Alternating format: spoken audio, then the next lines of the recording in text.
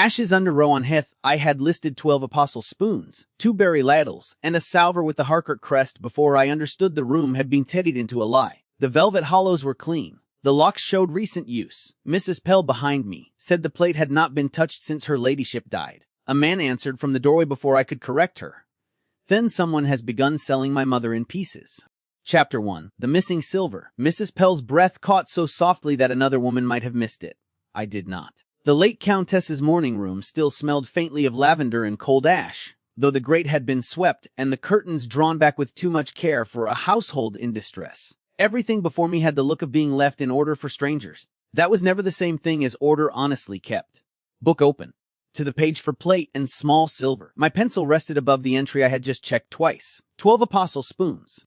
2 berry ladles, 1 salver with crest. The velvet lining inside the display drawer showed 12 neat hollows, and the broad pale shape where the salver had lain for years. It showed no spoons. On the escritoire itself, however, some lesser absurdity remained: a cracked silver paper knife, tarnished to the color of old rain, and a pair of sugar tongs so light they might have belonged in a nursery, not in the Countess's room. Whoever had taken the more valuable pieces had not swept clean by category. He had chosen. I touched the edge of one empty hollow with my finger. Mrs. Pell, I said, still looking into the drawer. One was this cabinet last opened. The housekeeper stood 3 paces behind me, very straight in a gown that had been turned and mended so often the black had gone soft at the seams. She was not a woman given to visible agitation. That was why her silence mattered. I could not say exactly, Mom. I closed the drawer halfway, then opened it again. Empty things seldom filled themselves when looked at a second time, but I have found it useful to grant a room one further chance to tell the truth. It did not take it. You told me a quarter-hour ago, I said, that nothing in this room had been touched since her ladyship's death. Nothing of consequence. I turned at that. Silver usually qualifies. A faint color rose under her skin. I meant nothing was altered in the arrangement of the room. Not in any vulgar way. There it was. Not ignore confusion. Care in the wrong place. The morning room was handsome without warmth. The carpet had once been French. The chairs had been upholstered in a faded blue silk. A miniature of Lady Agnes Harcourt stood near the mantel, turned slightly away from the center of the room as if even in paint she had preferred not to meet company head-on. Beside it sat a porcelain shepherdess with a broken crook, and a stack of devotional tracts tied with a ribbon. Objects of no value, or very little, had been left in plain sight. Objects of value had vanished from a locked drawer whose key Mrs. Pell insisted had never left the Countess's possession. Until death, I thought, and did not say. I lowered my gaze to the ring of keys at the housekeeper's waist. Who opened it for me just now? I did. With which key? Her hand went, almost against her will, to the third key from the left. Brass, long-necked, recently polished by use. The rest were dull. Then the key is not lost, I said. No, Mom, and the drawer has been opened. Her mouth tightened. A room may be aired or checked without being disturbed. That was a better answer. Still not the right one. I bent and examined the lock itself. Fine scratches marked the brass plate around the keyhole, not old enough to have softened under dust. The wood below carried a crescent-shaped bruise, as if a ring or buckle had struck it in haste. On the velvet, one hollow bore the darker outline of long pressure. The next was fainter, as though the spoon from that place had been removed later than the rest. Not theft in a single panicked sweep, then. Removal over time, or removal by someone who wished it to resemble something else. Were these pieces sent below for cleaning? I asked. Moved to another room. Pledged. At that, Mrs. Pell looked at me as if I had spat on the carpet. Harcourt silver was not pledged. I let that rest between us. In families with titles, indignation often arrived faster than facts. It proved very little. I took up the paper knife for the desk, weighed it in my hand, and set it down again. The salver, if large enough, might have covered a half-year's wages for a respectable servant. The apostle spoons, if old and well-made, perhaps more. Yet the foolish little sugar tones remained. Sentiment had not guided the selection, nor had hunger alone. Outside the window the sky hung low and white over the park. Somewhere below, a cart rattled over stone. The house itself was too quiet, not peaceful listening. Mrs. Pell, I said. Who prepared the sale memorandum? The steward copied it from older household lists. Which steward? Mr. Bell, before he was let go. Before. Another useful word. Every distressed house is thick with them. I returned to the inventory book. The page had been ruled by an earlier hand, elegant and thin. My own notes, plainer and darker, sat beneath the official entries like unwelcome truths beneath polished conversation. Mrs. Pell took one step nearer. If I may say so, Mame, these private arrangements are often less exact than people expect. It might be kinder to allow for natural confusion before putting something too severe on paper. Kinder, there are moments when a woman learns exactly what she has been hired to do. Not what she was told, but what the room expects of her. I had not been brought to Rowanheath merely to count. I had been brought to smooth, to convert absence into oversight, to make the house appear embarrassed rather than altered. I sharpened my pencil with my small knife, caught the shaving in my palm, and wrote beneath the silver entries in a firm hand.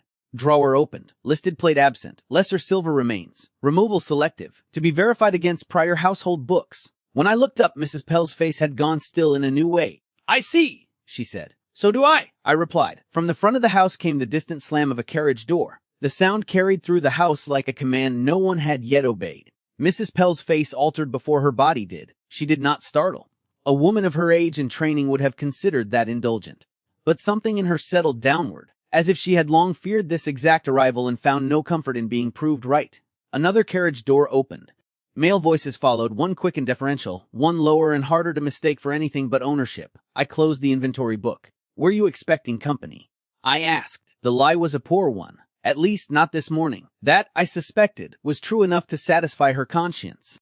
Footsteps crossed the entrance hall below. A servant moved at speed. Another failed to move quickly enough. Somewhere a door opened with such haste that it struck the wall. Rowanheath had been listening before. Now it had begun to brace. Mrs. Pell drew herself upright. "If you will excuse me, Mom." I might have let her go and preserve both our dignities. Instead I said, "Does the family know the sale rooms have already been thinned?" Her eyes came to mine with a force that belonged in a much younger face. "You are here to make a list," she said. "Not to interpret the house. I am here to value what is present and to mark what is absent, and to do so discreetly." I had been given that word twice in 1 hour. It had begun to lose its polish.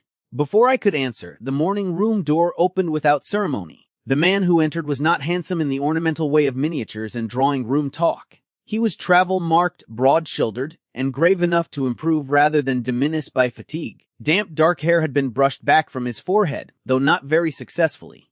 His coat still held the road in its creases. A pair of gloves was clenched in one hand as if he had forgotten to remove them before coming upstairs. He looked first at Mrs. Pell, then at me, then at the open drawer and the book on the desk. He missed nothing. Men accustomed to command often miss half the room because they expect it to shape itself around them.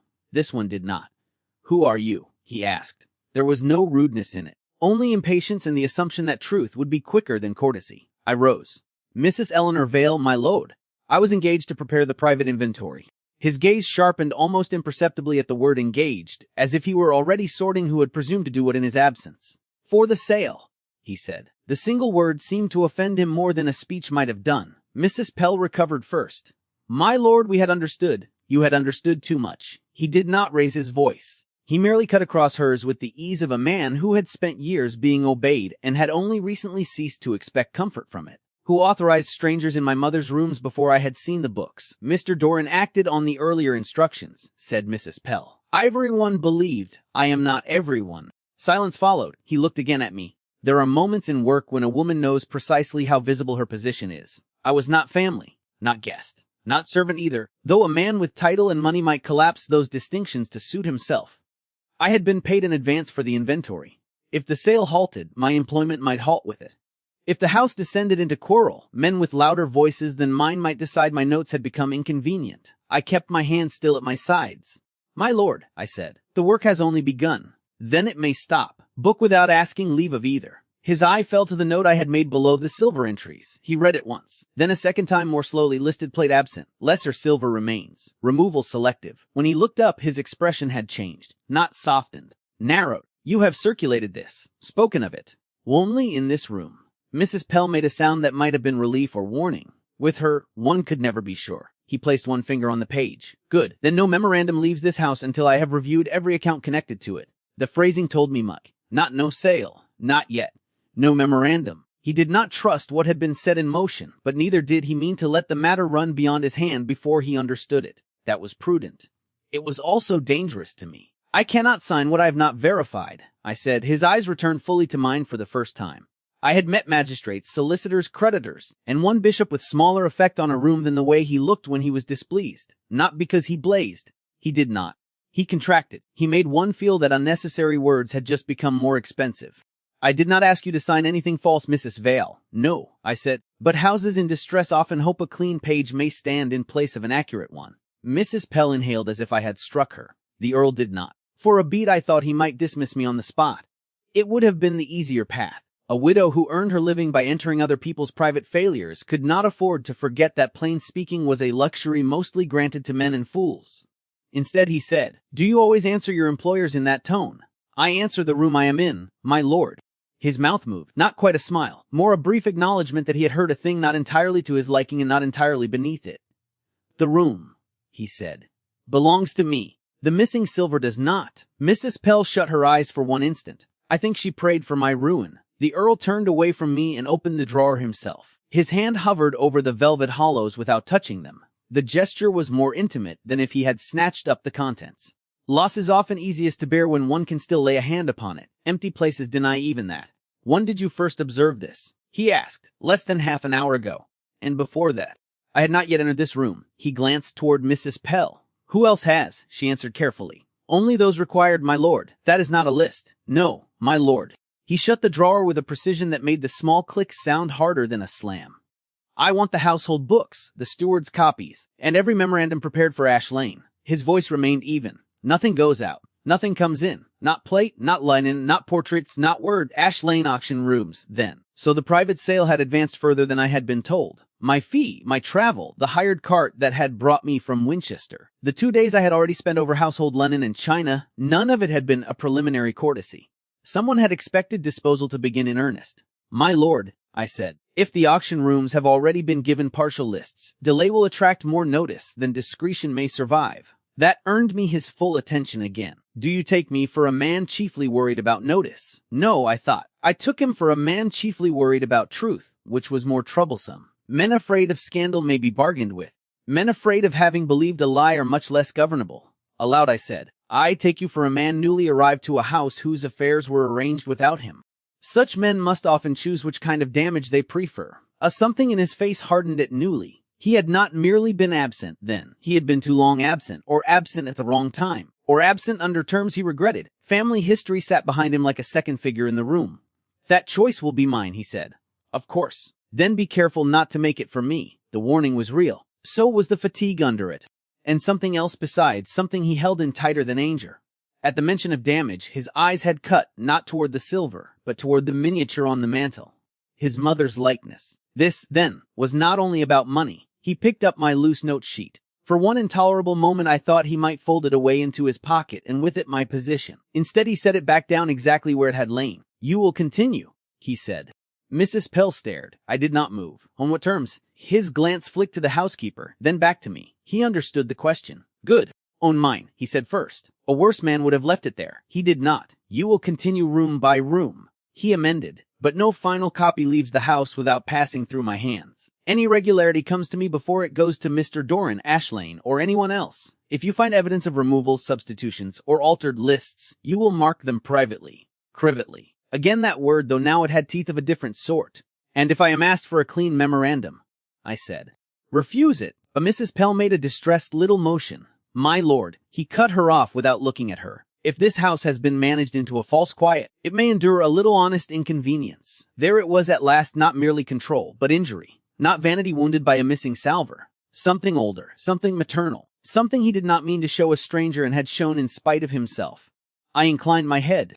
"Very well," he repeated, though not as if anything about the morning were remotely well. He took up his gloves again, then paused at the door. "One more thing, Mrs. Vewes." "My lord, if my mother's rooms have been tidied into a lie, I should prefer not to discover that by halves." I met his gaze.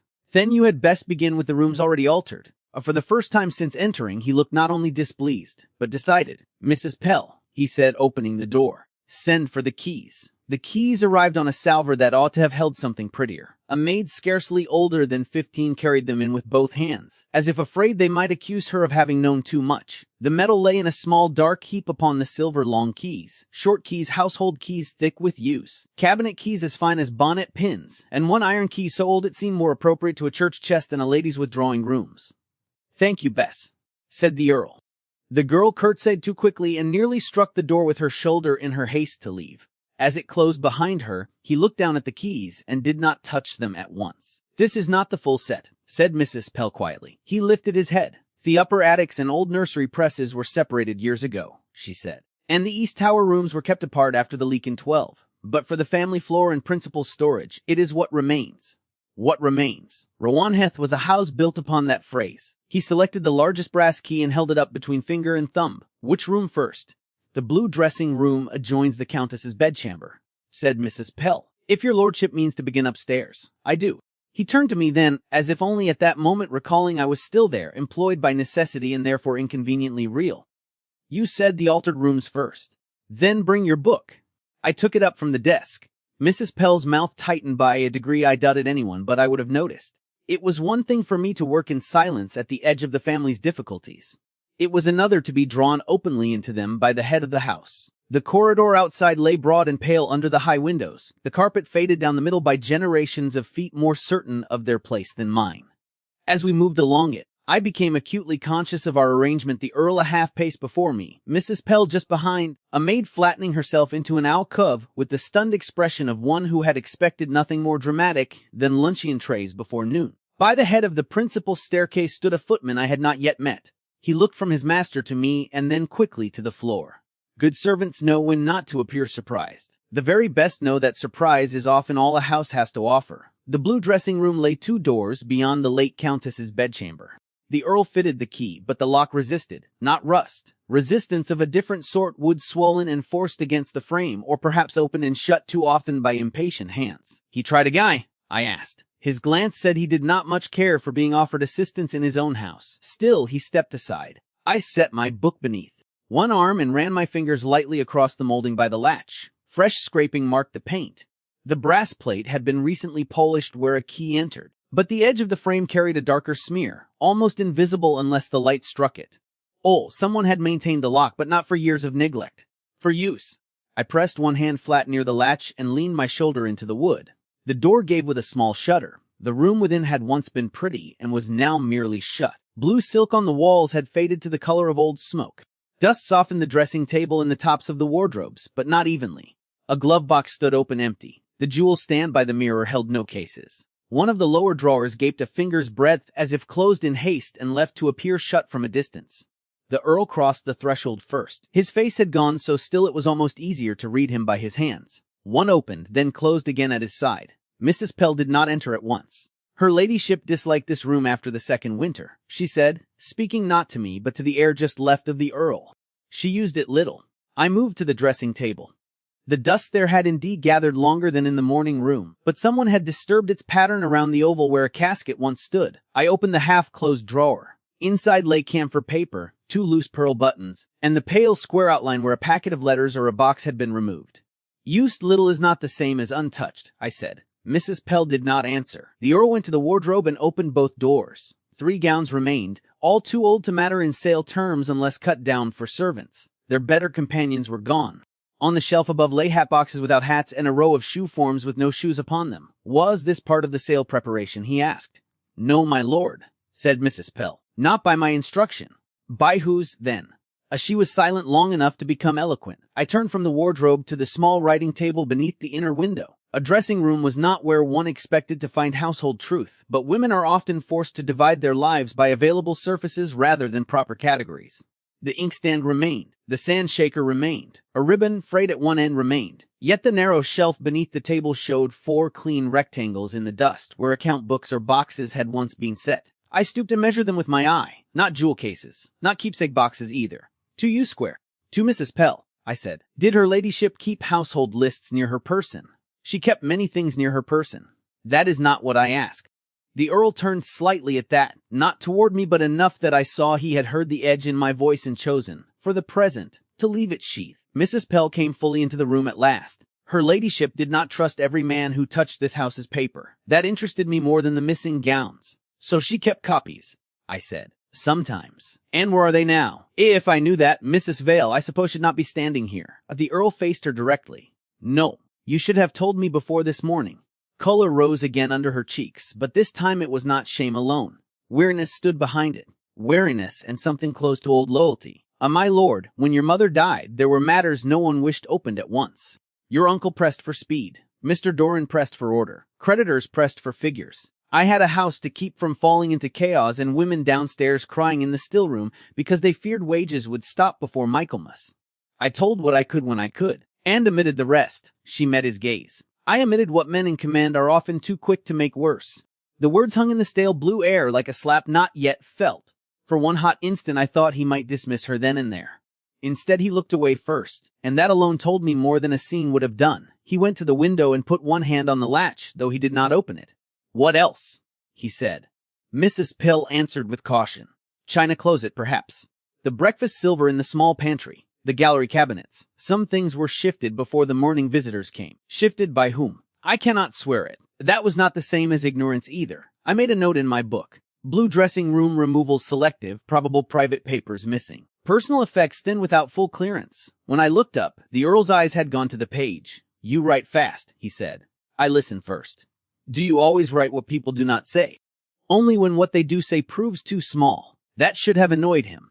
Instead, something in his expression eased, though only into a sharper form of concentration. He moved past me toward the door. The china closet, it lay at the turn of the back passage, a room colder and narrower than it ought to have been for the quantity of porcelain it was meant to hold. Here the neglect vanished. Shelves had been wiped recently. Labels in a clerk's hand were tied to stacks of dessert plates. Straw lay ready in 2 open crates on the floor. In one corner stood 3 tea chests already nailed shut. Sale preparation indeed. The Earl's jaw hardened. "Who ordered packing to begin?" Mrs. Pell answered after too brief a pause. "Mr. Doran said Ash Lane would send men next week. And did he imagine next week would arrive without first consulting me? I believe, my lord, he feared delay." "Delay of what?" No one answered. I crossed to the nearest tea chest and knelt.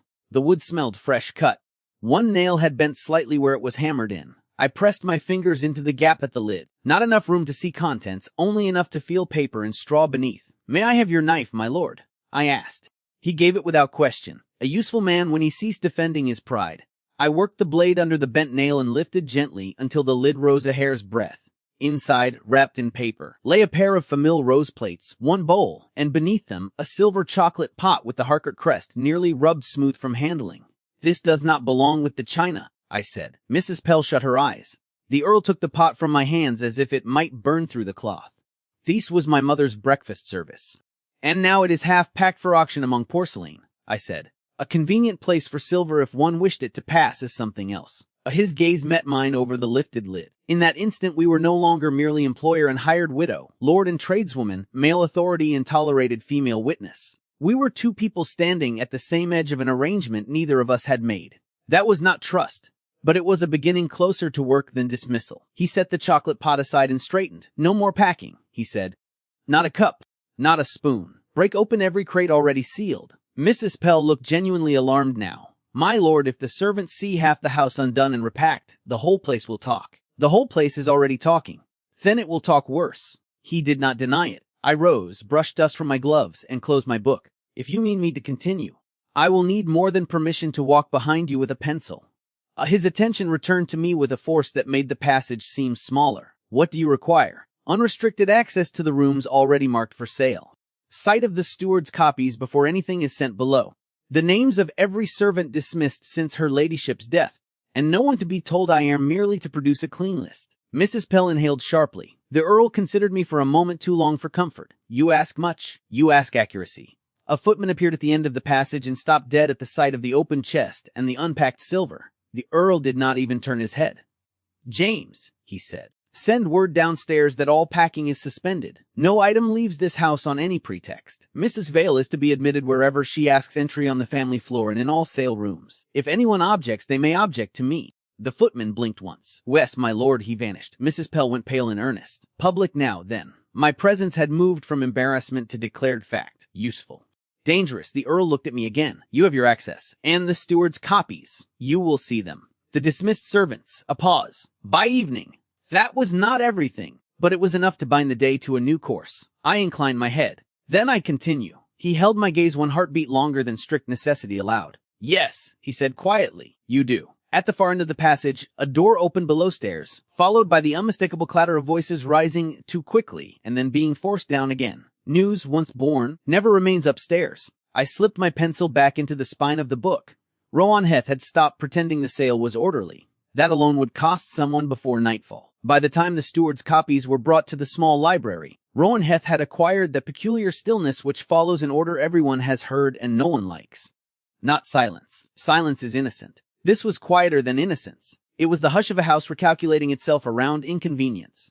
The library was not grand, though it had likely once hoped to be. The shelves rose only to a moderate height, the bindings were respectable rather than rare, and the fire had not been lit despite the damp that crept into the bones of the place.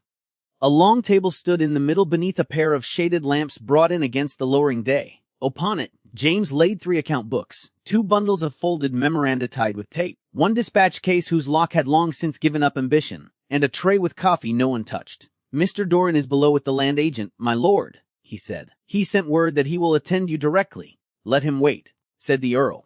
James inclined his head and withdrew. I took my seat at the long table opposite Nathaniel Harcourt and, because he had not forbidden it and I had no intention of asking leave for every ordinary motion, drew the nearest ledger toward me.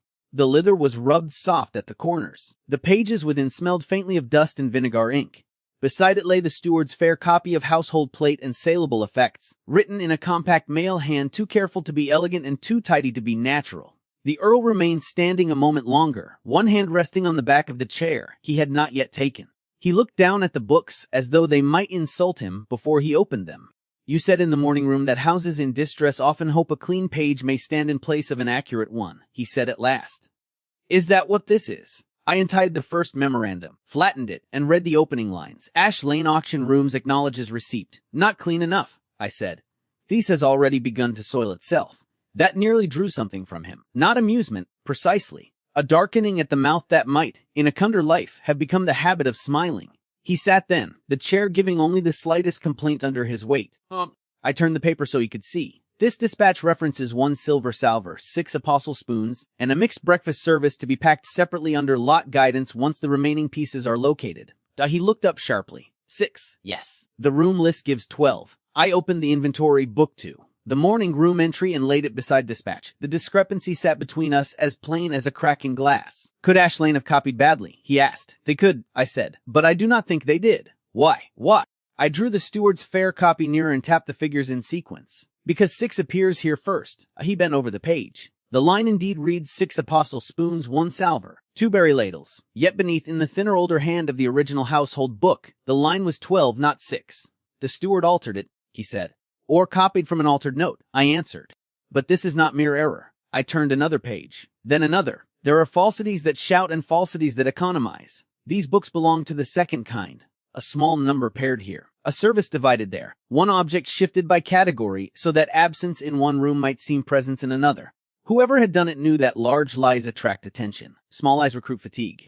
I marked 3 places in quick succession. "Here," I said. "Breakfast silver listed under pantry stores, not plate." "Here. 2 Chinese jars moved from the gallery cabinet list into drawing room ornaments, though the drawing room has no corresponding pair." And here I stopped.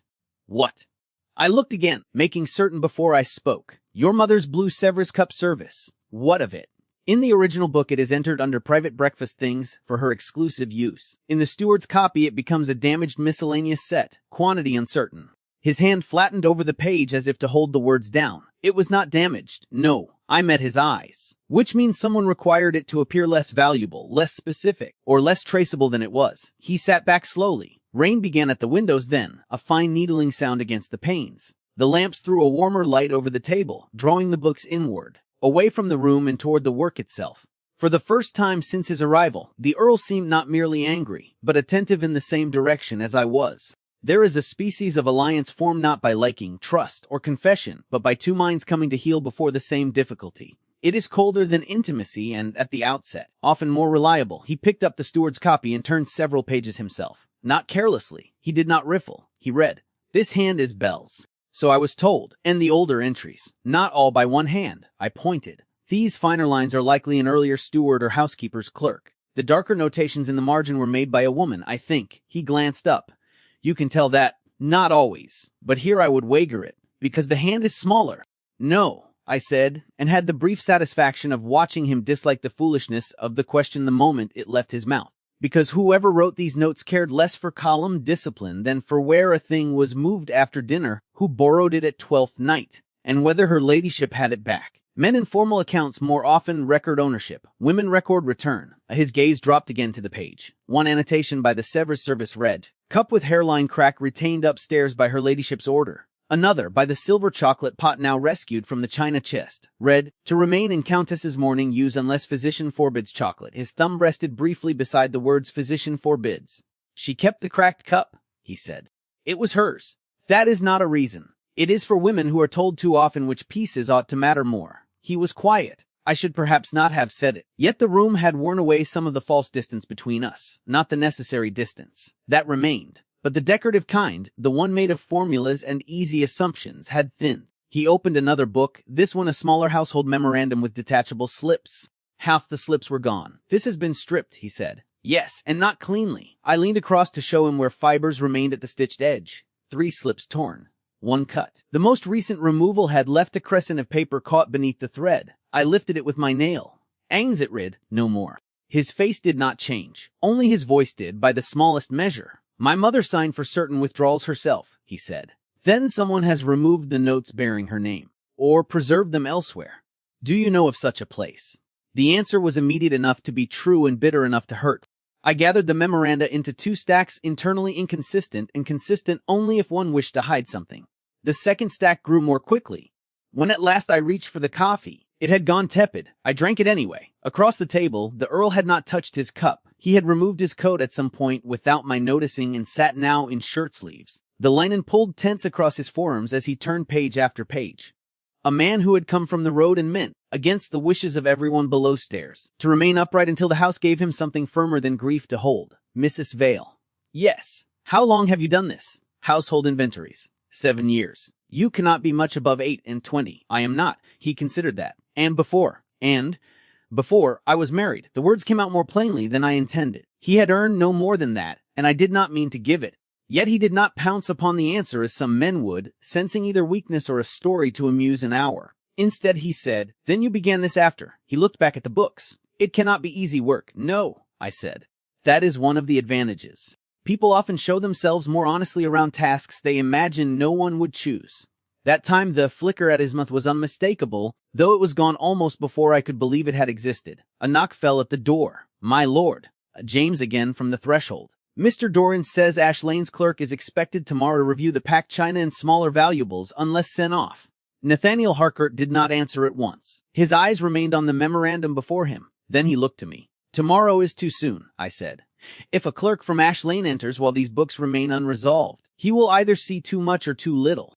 Either serves the wrong party. And if I turn him away, the house will talk. The auction rooms will talk. Mr. Doran may even talk. But they will talk of delay, not of proof." He rose. "James, send to Ash Lane that no clerk is to come tomorrow, nor the day after. Tell them the inventory is under revision by my order." But James hesitated only a fraction. "Wes, my lord, and James. Sue have lamps placed in the east corridor at first light. I want the tower rooms, the old nursery presses, and the upper china attic open tomorrow morning. So, not only the family floor, then." He had been listening even when I thought him occupied with figures. James blinked. "The sealed rooms, my lord." "Very good, my lord." When the door closed again, the rain seemed louder. I looked at him over the spread of books and loose notes. "You move quickly." "No," he said.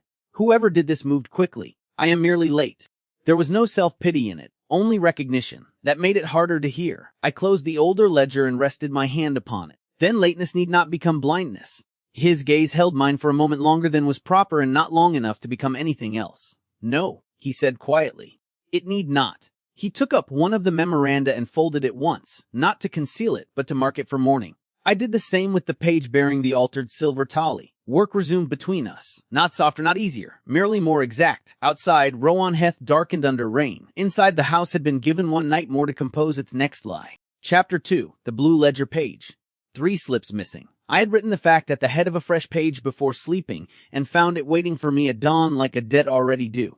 The lamps in the east corridor still burned when I stepped out of my room, though morning had begun to lift the dark from the windows. Someone had trimmed them badly. A smear of soot marked the nearest chimney, and the air carried that stale, oily smell peculiar to light kept too long against its natural hour. Below stairs a bell rang once. Not for breakfast. For servants' assembly. I wore my plain brown walking dress, rather than the better black silk I reserved for households that wished to be impressed by sobriety. Rowanheath had moved beyond that. It now required durability pockets and a hem that could survive attics. James waited outside the east stair with 2 lanterns, a ring of additional keys, and the expression of a man who had not yet decided whether my presence improved or imperiled his morning. My lord will join you directly, Mom, he said. Not Mrs. Vale now. Not yet familiar, merely adjusted. A house begins reclassifying a woman the moment she proves inconveniently permanent. Has Mr. Doran objected? I asked. His face remained admirably neutral. Mr. Doran has expressed concern. Of what sort? The sort that speaks at length without improving clarity. I almost smiled. Then I am already acquainted with his kind. That earned me the slightest alteration around the mouth before James recovered himself and led me toward the back passage. The east side of Rowanheath had a different silence from the family floor. Less watched, less practiced. The boards gave more underfoot. A smell of old plaster, damp wool, and shut rooms rose as we climbed. Here the walls were painted rather than papered, and the paint had cracked in narrow veins by the skirtings where winters and neglect had gone about their patient work together. At the first landing a housemaid curtsied so low she nearly dropped the basket in her hands. Sheets. Or what had once been sheets before time and hard water reduced them to thin domestic ghosts. Stay, Millie, I said before she could escape. Her eyes flew to James, who looked pained already. Good, pain is sometimes the first sign of useful work. How long have you been at Rowanheath? Since Martimas, Mom. So not long enough to know the older order with certainty. Still, houses explain themselves through new servants almost as much as through old ones, because new servants must be taught what may not be asked. Who kept the keys to the Countess's rooms when you came? Millie twisted the line and edge around one finger. Mrs. Pell had most of them, ma'am. Must. Yes, ma'am. And the rest? I do not know. That was the safe answer. The basket handle trembled slightly in her grasp. Did her ladyship keep any herself? The girl licked her lip. Soames said she had. Before what? Her gaze dropped to the sheets. Before she stopped ringing so much. Interesting. Did you ever see her wear them? No, Mum. Hear what? That she used to keep a little chain at her waist. Only not after. She stopped. After. James shifted his weight. That will do. Millie. No, I said without turning. It will do when I say it does. The girl looked from him to me and made the common error of assuming a woman in authority must be kinder than a man. I am not always. After the physician came more often, she whispered. And after the blue room was shut. There it was again, the blue room, not simply disused but turned into a point in household memory. I let her go with a nod, and she fled down the stair as though I might yet ask another question and thereby cost her wages. James exhaled through his nose. She is young, he said. She is observant. That is not always rewarded. No, I said. Which is why one must listen quickly. We reached the old nursery corridor just as Nathaniel Harcourt came up from the opposite stair. He had exchanged yesterday's traveled dark coat for one of sober gray that fitted him with less show and more finality. Whatever sleep he had taken had not improved his temper, but it had sharpened his purpose. Mrs. Vale, he said, my lord. A pause. Then, you are early. I have found lateness unpopular in this house. His mouth altered in that near imperceptible way I had come to recognize as the shadow of humor under discipline. James offered him the second lantern. He took it and nodded toward the door at the end of the passage. The nursery presses first. The lock gave more easily than I expected. That alone told me they had not been truly sealed, whatever language had been used downstairs. When James opened the door, cold breathed out over us, carrying cedar dust, and that dry, tired scent old linens take when they have been left too long in stacked confinement. Shelves lined the room from floor to ceiling. Upon them sat folded sheets, nursery blankets, christening boxes, and household stores wrapped in paper that had gone brittle at the edges. At first glance it looked untouched. At second glance it looked curated. I handed my lantern to James and went to the shelves nearest the window. The labels tied to several piles had been changed. One card read Guest Chamber Linen, south in a newer hand over the rubbed shadow of an older inscription beneath. Another stack held 6 pillowcases and no matching sheets. 3 blanket shelves showed deep clean spaces where weight had long rested and recently been removed. These are not losses from sale, I said. How do you know? Asked Nathaniel. Because no auction room once wore nursery blankets and incomplete household linen. But someone has been sorting by utility, not value. He came near. Explain. I lifted one folded sheet. The monogram at the corner had been carefully unpicked. Not picked. Unthread by thread, then restitched with a plainer household mark. This piece once belonged to the principal chambers, I said. It has been recutted for servant use. Not because Lennon wandered naturally, but because better things were being disguised among lesser stores. James frowned. Would do that. So that if anyone counted from the wrong shelf, I said, the count would appear tolerably whole. Nathaniel's gaze moved across the room with renewed severity.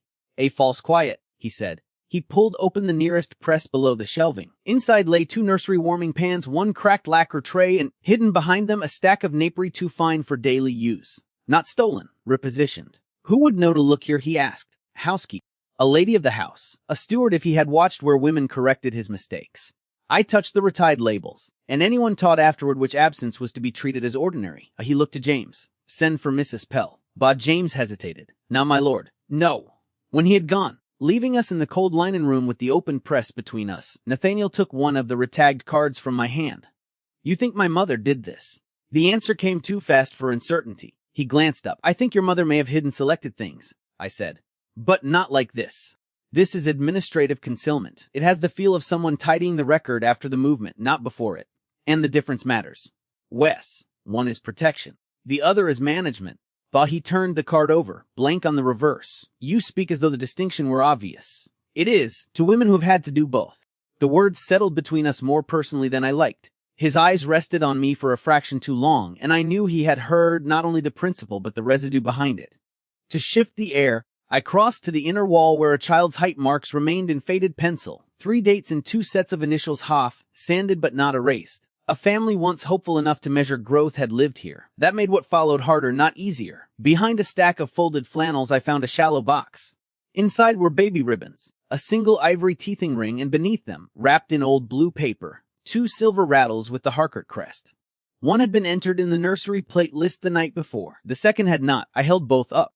Nathaniel swore under his breath. Random loss does not forget one rattle and remember its pair, I said. Nor does honest confusion alter monolabels, shift divide breakfast silver, and strip memoranda of signatures. He took the unlisted rattle from me and weighed it in his palm. Then someone has been teaching the house what to forget. The phrasing was so exact I almost looked at him with surprise. Instead, I set the box on the shelf and drew my notebook from my pocket.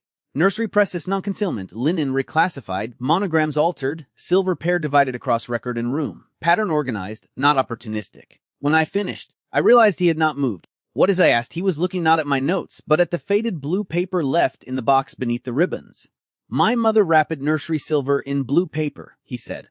Always. She said plain brown looked like debt. The sentence exposed more than he likely intended. Not sentiment only. Memory lived enough in him to notice the exact paper. A son who had not merely inherited rooms but once belonged in them.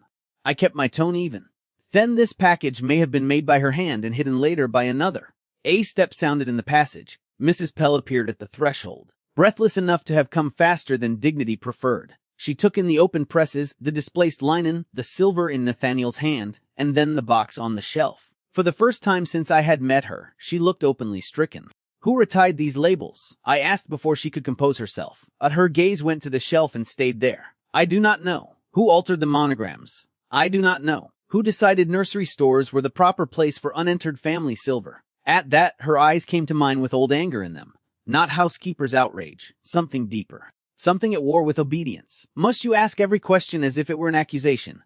Yes, I said, because here they seem to be. Nathaniel's voice cut in before she could answer me. Mrs. Pell, when did my mother cease carrying her own keys? The housekeeper went very still. So, there it was. The question the house had been circling since dawn. Not all at once, my lord, she said at last. At first only on the bad days. Then because the physician said she must not overtire herself. Then because Mr. Doran insisted papers and plate be managed more centrally while she was unwell. And she agreed. Mrs. Pell looked at the blue paper, not at him.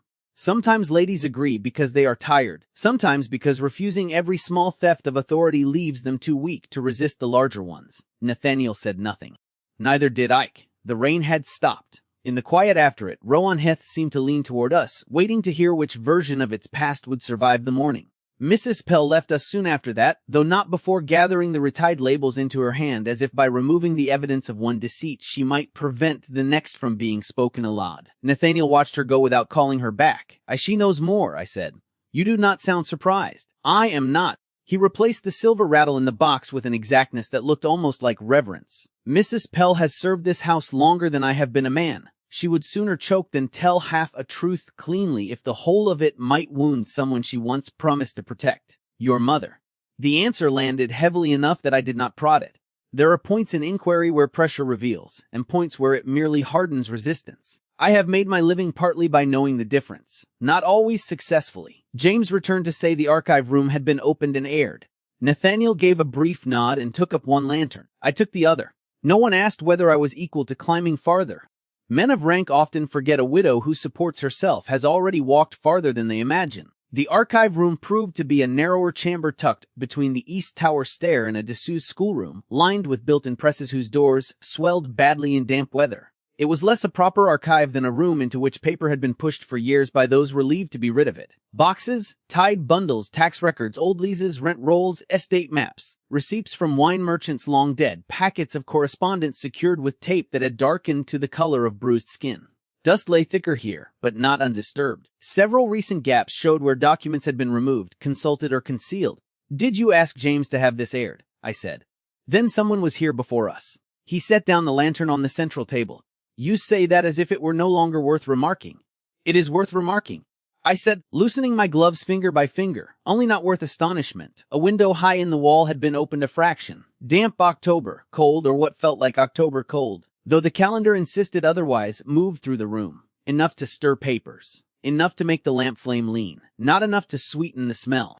Old ink, paste, dust, fox paper, and beneath it that faint acid note of records kept through too many winters and not enough honesty. Nathaniel took off his coat and laid it over the back of a chair. "Where do we begin?" "With what someone else preferred we should not see first." He gave me a look that might once, in a more generous man, have become easy amusement.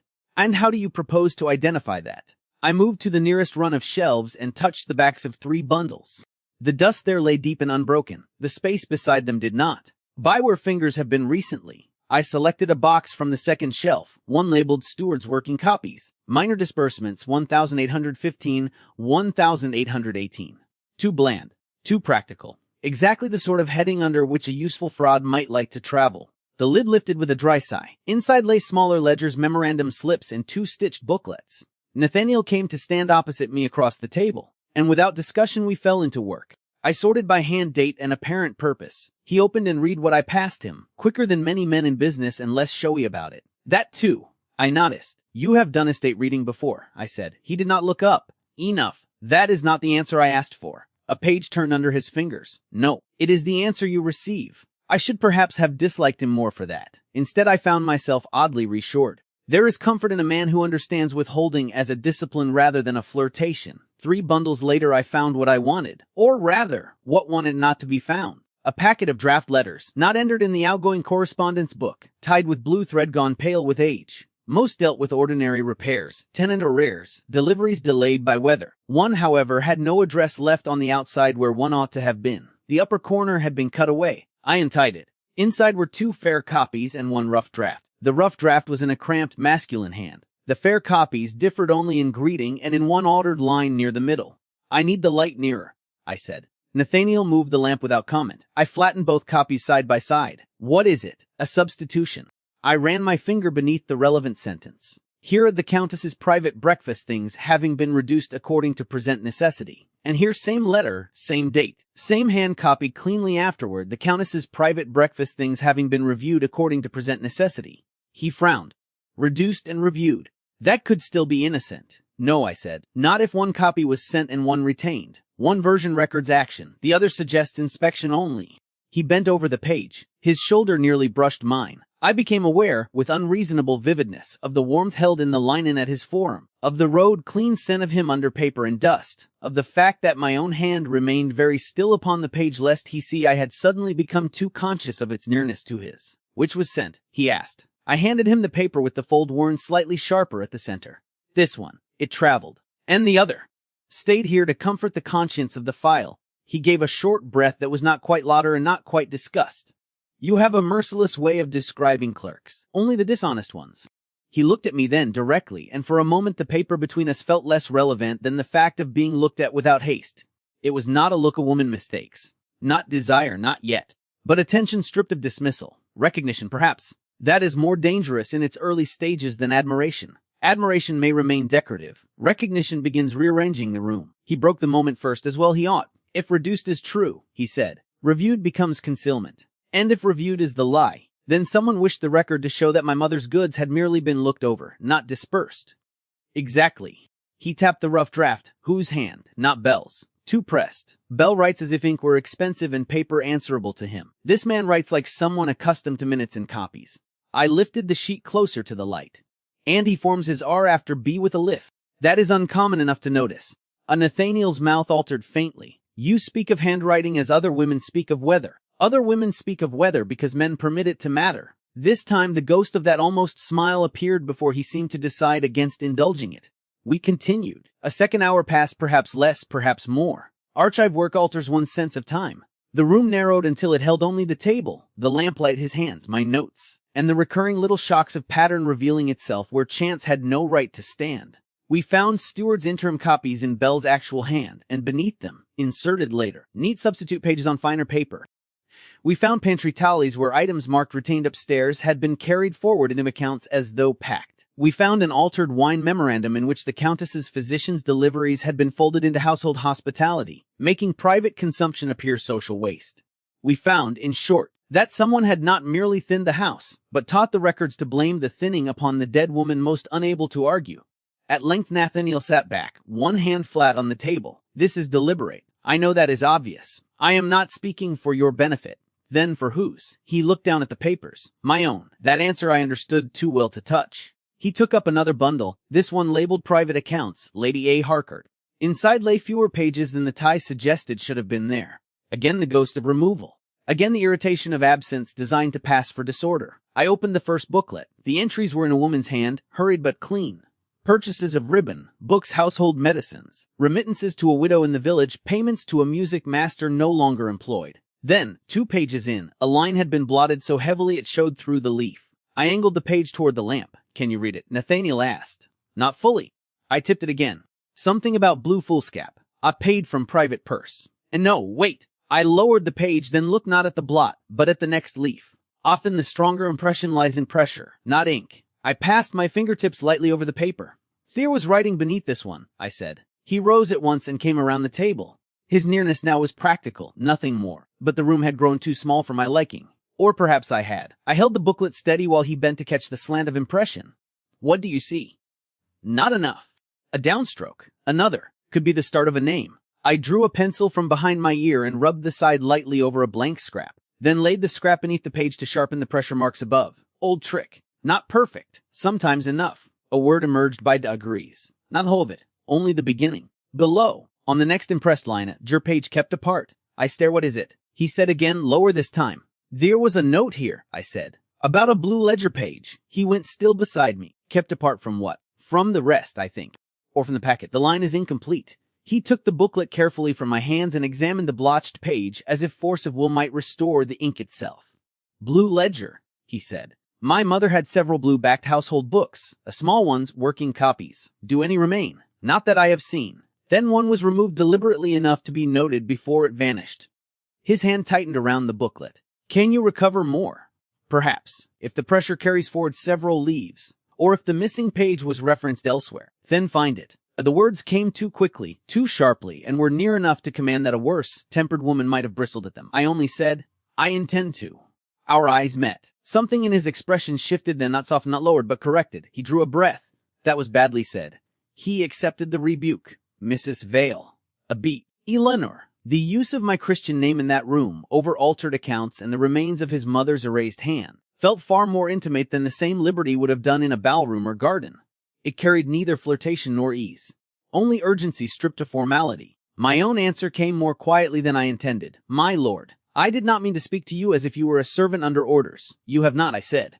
It was true. Not entirely, but true enough for the moment, and the correction mattered more than the original force. He set the booklet down between us with care. Then help me read what she tried to keep. There are requests that sound very like commands until one hears the thread beneath them and realizes they are not commands at all, but admissions of need wearing the last clothing pride can bear. I looked back to the page. Wes! I said. Outside, somewhere below, a door slammed and voices rose briefly in argument. Inside the archive room the lamp flame leaned, recovered, and held. I drew the booklet nearer and turned to the following leaf, searching the paper for the next faint pressure of the woman who had tried, even then, to keep one piece apart from the lie. The next leaf gave me very little. Not nothing. Never nothing, once one learned where to look. But not enough to satisfy the kind of man who had just asked, without quite asking, to be helped toward the truth his mother had tried to shelter. I held the booklet at an angle, letting the lamp strike low across the paper. A deeper pressure emerged beneath the blotched page, then a second line, then the ghost of a descending hand at the margin, but no sentence whole enough to claim anything. Nathaniel asked. Fragments. I traced the faint impress with the tip of my pencil.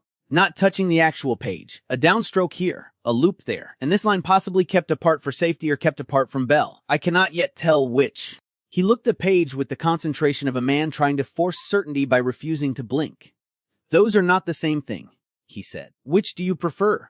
The truer one. His gaze moved to me, and for a moment I thought he might answer with some dry severity about preference having little place in accounts. Instead he said, "So do I." He went back to the bundle while I turned 2 further leaves and found only the same faint pressure, diminished now by distance. Whatever Lady Aggs had once written about the blue ledger page had not been recorded elsewhere in this booklet. Or if it had, that record too was gone. I drew a breath and sat back.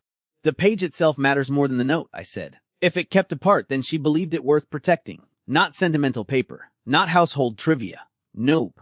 His voice had gone inward. My mother was not sentimental with accounts. That sounded like memory, not inference. I marked it privately. A knock came then, brisker than James's and less respectful. Before Nathaniel could answer, the door opened and a young lady entered with the confidence of one who had not yet been taught that some rooms punish interruption. She stopped at once upon seeing me and the table spread with estate books.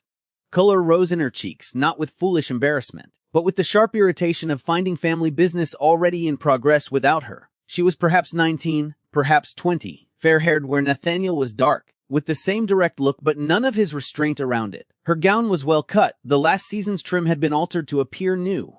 A practical economy. Harker blood and Harker finances had evidently not traveled in equal company of late. "Nathaniel," she said. "Mrs. Pell told me you had opened the east rooms. She also said I was not to trouble you." That naturally made it impossible not to. He set down the booklet. "Louisa. So not niece, sister." That made her prospects more dangerous, not less. She looked at me again. "And this is Mrs. Vale," he said. "She is reviewing the household records." "Reviewing?" Miss Louisa repeated, with a glance at the open ledgers and loose memoranda. "That appears an energetic word for what is plainly a dissection." I rose. "Miss Harcourt," I said. She inclined her head just enough to preserve manners while making clear she had not yet decided whether I was useful or intolerable. I liked her a little for that. "Mrs. Vale," she returned. "Are we ruined in a new way or only in the old ones?" Nathaniel said. "Louisa. No, let us not pretend gentility against facts.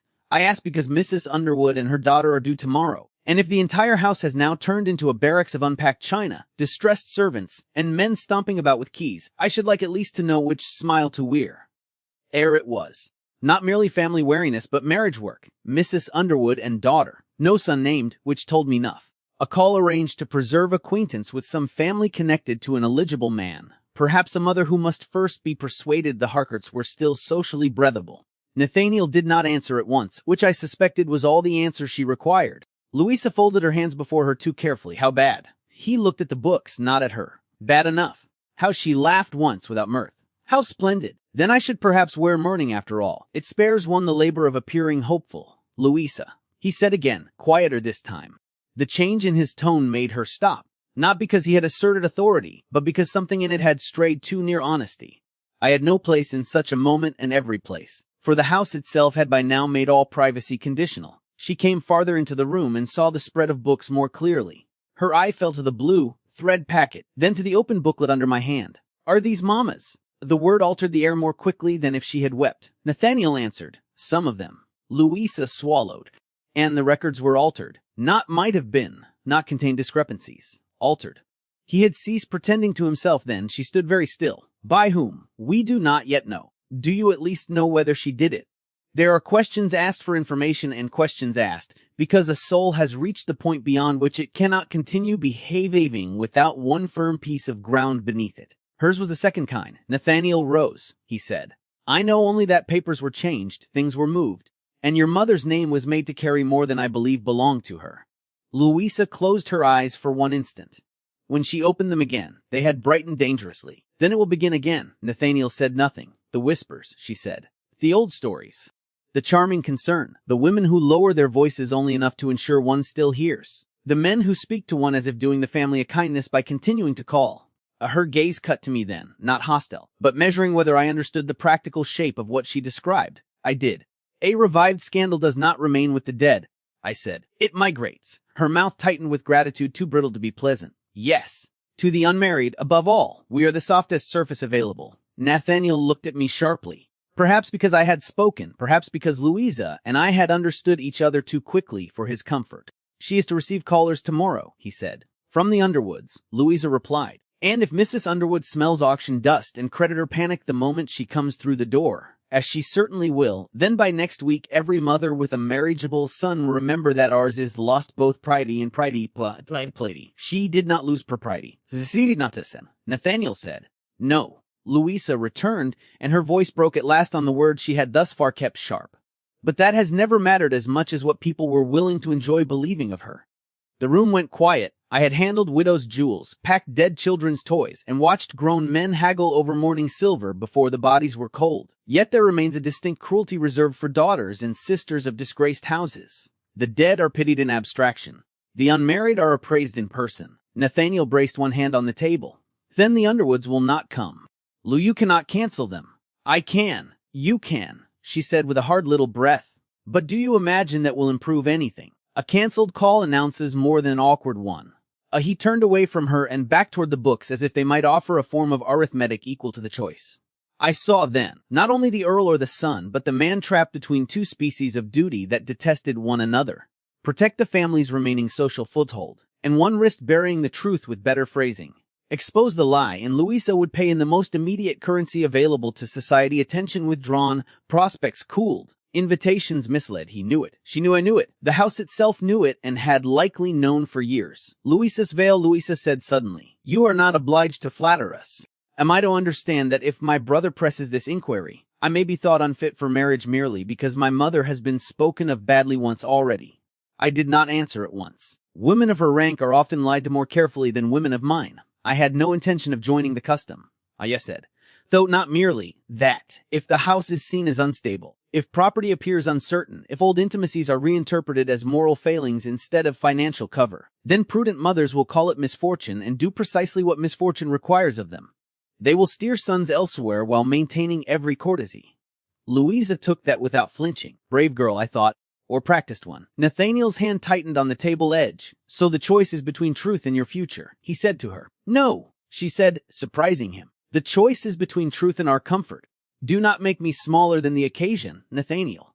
That, more than anything, seemed to strike him. He looked at her then with the helpless anger of a man who has spent too long believing himself the sole bearer of a family and has just discovered someone else has been carrying a sherry in silence while he was away. You should not have to answer for this at all. No. Her chin lifted. But since I must, I would prefer the answer not be built on a lie told against Mama. The words settled over the room with an authority no rank had granted her, and no man present could easily overrule. I lowered my eyes to the open booklet, partly from tact and partly because I had suddenly no wish for either of them to see how deeply the exchange had gone in me. A woman protecting her dead mother's name against the market calculations of living society is not a spectacle one watches cleanly after marriage has taught one what may be purchased by a husband's convenience, and what quietly sold by it.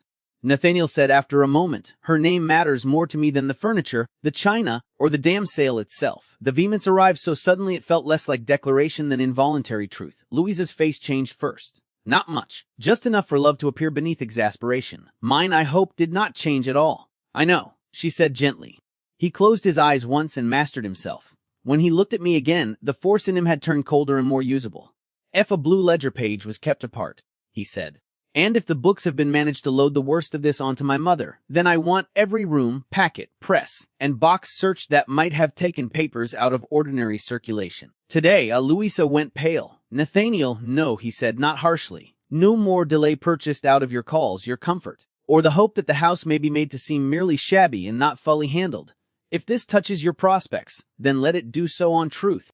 Her throat moved once. Then, to my quiet admiration, she nodded. Very well. He turned to me. Can the search be done without setting the whole household aflame? No. I let the answer stand a beat before adding.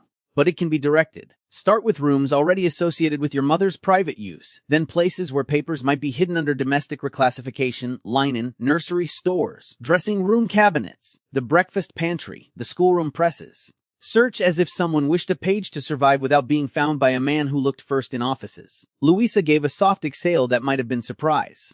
What? She is right, his sister said. Mama never trusted men to search for anything except what they already believed they had lost. That earned the faintest shadow of acknowledgement from him. Not quite a smile. Something better fitted to a room like this. I gathered the blue thread packet, the booklet, and my notes into a smaller working stack. Then there is one further matter. What? Said Nathaniel. If Mrs. Underwood comes tomorrow, she must not be received in ignorance, nor cancelled without strategy. Louisa's brows rose. Strategy. Wes, if she comes and finds the house overturned, you are desperate. If she is cancelled abruptly, you are hiding catastrophe. But if you write before noon to say a private family audit of memorial effects has delayed ordinary calls, then piety becomes explanation and delay becomes filial duty. Louisa stared at me for 1 second, then another. That is shameless, she said. It is practical. A slow flush returned to her face, this time almost with life. Nathaniel, I believe I like your Mrs. Vale, I said. I am not anyone's Mrs. Vale here except my own. That actually won the thing from Nathaniel at last, the brief, unwilling, wholly human movement at the corner of his mouth. Louisa saw it too and looked from him with entirely too much intelligence. Excellent, I thought. Another danger. Before any of us could say more, hurried steps sounded in the passage and James appeared in the doorway, not breathless but near enough to it. My lord, he said, Mr. Doran has opened the breakfast pantry on his own authority. He says if the sale is to be delayed, he will at least have the smaller plates secured. Nathaniel was already moving before James finished. I took up my notebook and rose. Louisa said, Is he always like this when crossed? No, I said, following. I think today he is better. By the time we reached the breakfast pantry, Mr. Doran had made himself master of it in the way of men who mistake occupation for authority. 2 footmen stood uncertainly by the sideboard, neither touching the crate at their feet nor daring to step away from it. Mr. Doran himself, a narrow man with careful whiskers and the colorless complexion of those who believe restraint a moral superiority, had one hand on the key to the plate press and the other on a folded paper which he was reading as if the whole house existed chiefly to justify his handwriting. He turned at our approach and managed, in one expression, irritation at interruption, relief at seeing the Earl, and displeasure at seeing me. My lord, he said, I had just sent to request you. In light of the confusion caused this morning, I judged it prudent to have the smaller breakfast silver secured before further misplacement. By whose authority? Nathaniel asked. Doran blinked once, as if surprised to discover the question required an answer. By necessity, my lord. That is not a name. A footman, poor creature, looked as if he might faint from gratitude that the rebuke had not fallen upon him instead. Doran's gaze slid briefly to me. I feared, with papers under review and servants alarmed, that pieces might wander. Pieces, I said, do not usually hammer their own crates shut. He ignored me with the brittle determination of a man who had already decided what sort of woman I was and intended to remain faithful to the judgment. Lane's instructions have been suspended, Nathaniel said. Yes, my lord, temporarily. Which is why I meant only to place the service under lock until the house regains order. The lie was almost elegant. Not because it was convincing, but because he had chosen one impossible to contradict. Without descending into particulars, he hoped the room would hesitate to name aloud. I did not hesitate. Which service? I asked. He turned then, obliged at last to acknowledge me if only in the form of contempt. The smaller breakfast pieces. The Countess's private things and related, I repeated. A useful word, Nathaniel said. Open the press. Doran did not move quickly enough. My lord. If I may first explain the interim rationale, the press, Nathaniel said again. The key turned badly in Doran's fingers. He was a man accustomed to locks as instruments of his own prudence, not as evidence against it. When the door opened, the shelves within showed 3 wrapped bundles, 2 cases of spoons, and 1 space conspicuously empty where something broader had lately stood. I stepped nearer. The paper around the bundles had been tied with plain twine, but on the uppermost parcel a trace of blue showed through a fold where the wrapping had torn. Not bright blue, not fresh, a faded workmanlike foolscap blue. I felt the slightest tightening under my ribs. Do not touch anything, Doran said sharply. Nathaniel turned on him with such stillness that the rebuke became unnecessary. Doran went pale and recovered himself only enough to add, much too late, my lord. I reached instead for the memorandum in his other hand. He tried to withdraw it. I had expected that. I took it anyway. It was a transfer note, unsigned, listing 6 apostle spoons, 1 cream jug, 1 sugar basin, 1 chocolate pot, and miscellaneous private papers to be placed apart until reviewed. No room given, no receiving signature, no destination, merely motion without accountability. Interesting, I said. Nathaniel held out his hand. I gave him the paper. The color drained more completely from Doran's face as the Earl read. This is not entered anywhere, Nathaniel said. It was provisional. Awaiting formalization. Undated. Draft only. Astonishing how many conveniences gather around a draft, I said. Doran's eyes flashed. Mrs. Vale has become remarkably free with her opinions for a paid functionary. Nathaniel folded the paper once with deliberate care and slipped it into his coat pocket. Mrs. Vale, he said, without looking away from Doran, is here because the records under your stewardship have proved untrustworthy. That landed harder than any shouted condemnation might have done. Doran drew himself up. My stewardship has kept this house from disgrace. No, said Louisa from the pantry door. She had followed us after all. It would appear disgrace was only given better labels. Doran stared at her as if betrayed by the furniture. I used his distraction to lift the torn edge of blue paper on the upper bundle. Beneath the outer wrap lay not silver, but a packet of folded documents braced between two trays as if domestic metal had been made to do clerical work. This is no breakfast bundle, I said. Doran moved first, too quickly. Leave that. The speed condemned him more thoroughly than the words. Nathaniel stepped between us before Doran had taken 2 full strides. No violence. None was needed. One man with breeding and anger properly aligned can stop another as effectively as if he had put a pistol to his chest. Stand where you are, Nathaniel said. Doran stopped. I drew the packet free. The outer paper was blue foolscap indeed, folded twice and tied with faded string. Across the front, in a woman's hand I recognized from Lady Aggs's private booklet, were the words breakfast room copies. Keep apart. I think all 4 of us, Nathaniel, Louisa, Doran, and I understood in the same instant that this was not chance. The missing blue ledger page had not vanished into abstraction. It had left a trail. Not enough for innocence, enough for intent. My fingers were suddenly very careful. Open it, Nathaniel said. There are moments when the whole weight of a house seems to settle into a woman's hands because the men about her are too near their own blood to trust themselves with paper. This was one of them. I untied the string. Inside were 3 folded sheets, 1 partial household tally, and 1 narrow blue-backed ledger leaf torn from a binding. The leaf itself bore columns in Lady Agnes's hand. Brisk and practical, silver removed from morning use, service shifted under protest, pantry key taken to central ring by Doran's instruction. Below that, on the lower half, another hand had added later figures in darker ink, attempting to convert the note into something colder and more official. But it was the separate folded sheet atop it that mattered first. The seal had never been made formal. No address, no outside mark. Merely a paper folded inward upon itself and kept where silver might disguise it. I knew the hand before I opened it, not because I had loved it. I had not. Because once, years ago, I had watched it copy a rector's invoices at a walnut table in a rented room in Bath while my husband smiled and said neat work earned neat advancement. And all the while I had wondered why advancement never took the form of peace. The first line was enough to send all warmth out of me.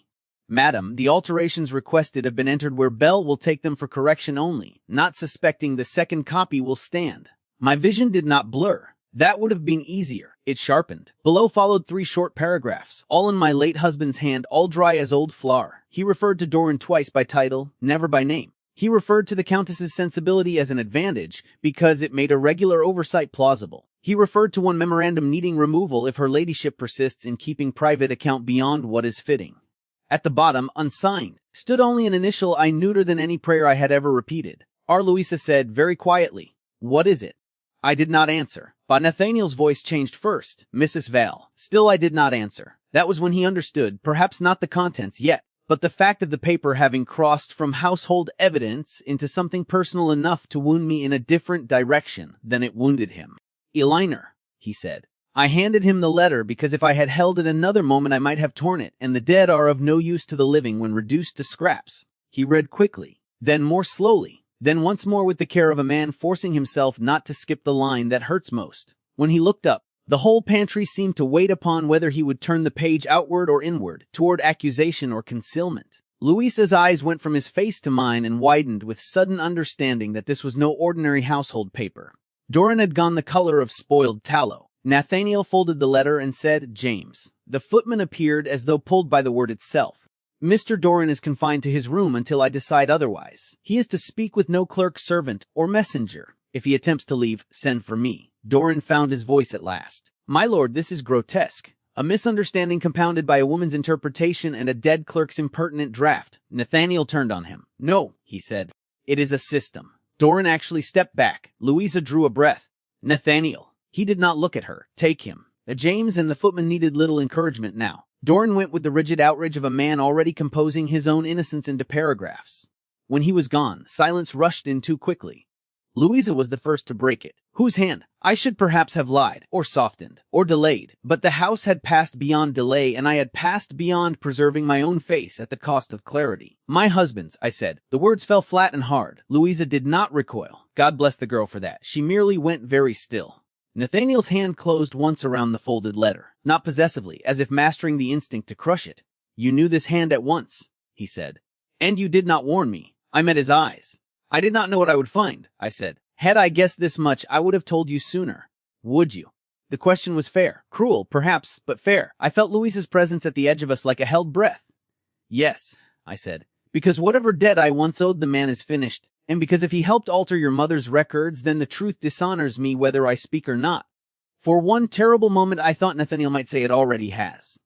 Instead he asked, how long were you married? 6 years. And what did he do? Copied, tallied, assisted men who called themselves necessary. His gaze did not soften. It sharpened in a different place. Not toward me. Toward the shape of what my husband's involvement implied. You said he once worked inside concealment structures, he said slowly, recalling what I had admitted earlier in the chapter. You meant this sort.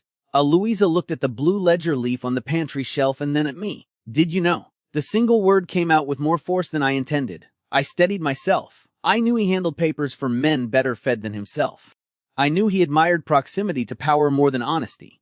I knew, by the end, that his work often arrived without names where names ought to have been. But I did not know of your mother. Not until now. Nathaniel said nothing. The pantry seemed suddenly too closed, too full of shelves and breath and polished metal reflecting faces no one wanted to see clearly. I ought to have stepped back. Ought to have offered to withdraw. Ought to have given him the convenience of dismissing me before he needed to decide whether my presence had become intolerable. Instead, I stood where I was and said the only honest thing left. If you wish me gone, say so plainly. Louisa made a small sound, but Nathaniel lifted one hand without taking his eyes off me. Not to silence her, to ask for the space of his own judgment. He set the folded letter beside the blue ledger page. No, he said. The word was quiet enough that I almost mistrusted it. He went on. If your husband copied these alterations, then you are of more use here, not less. You know the habits of men who leave themselves only halfway visible.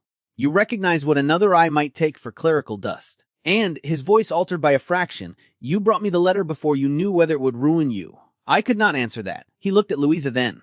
She stays. Louisa, wise enough not to pity me, only nodded. Then Nathaniel returned his gaze to mine.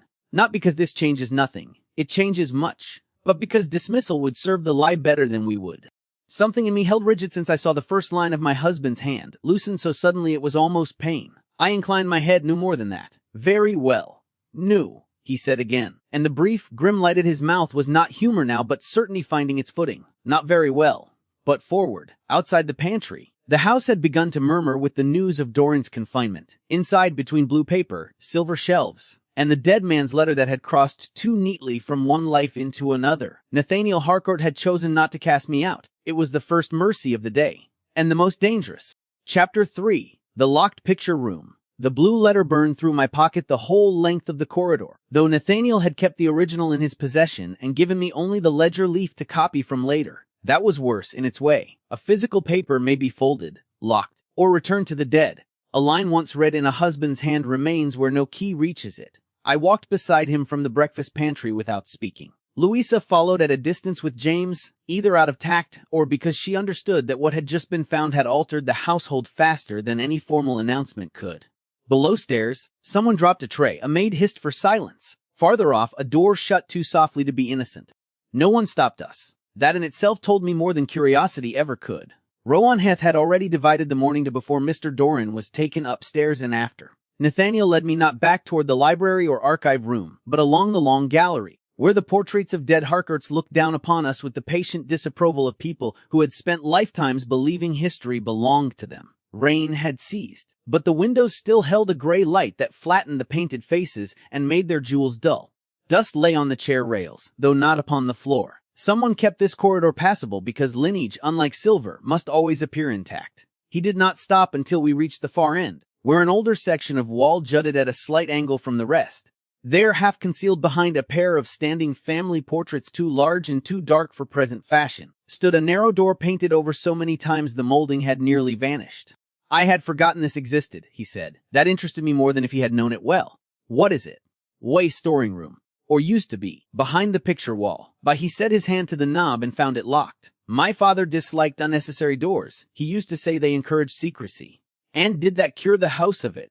His glance slid to me tired and dry, as you see, spectacularly. He tried one key, then another. Neither fit. I set my notebook and gloves on the window ledge. May I? He gave me the ring. There are locks that answer to force and locks that answer to memory. This one had been painted over at least twice, but the wear on the lower edge of the plate suggested a slimmer key than the others just used. I tested 3 in succession. The third turned only halfway. The fourth cot resisted, then yielded with a long iron complaint that seemed to travel through the wall itself. The door opened inward on cold, stale air. Nathaniel took the lead with the lantern.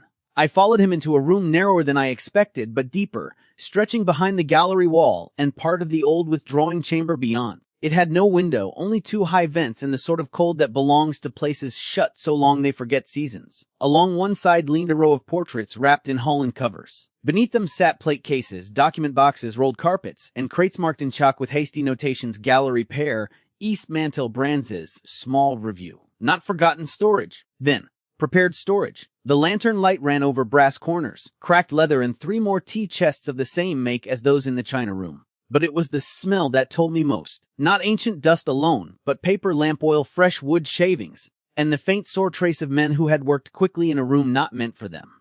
"This has been used recently," I said. He crouched by the nearest case and lifted the lid. Inside lay 6 framed miniatures stacked between layers of baize. I knew enough of portrait work to see at once that they were not refused from any ordinary thinning of a house.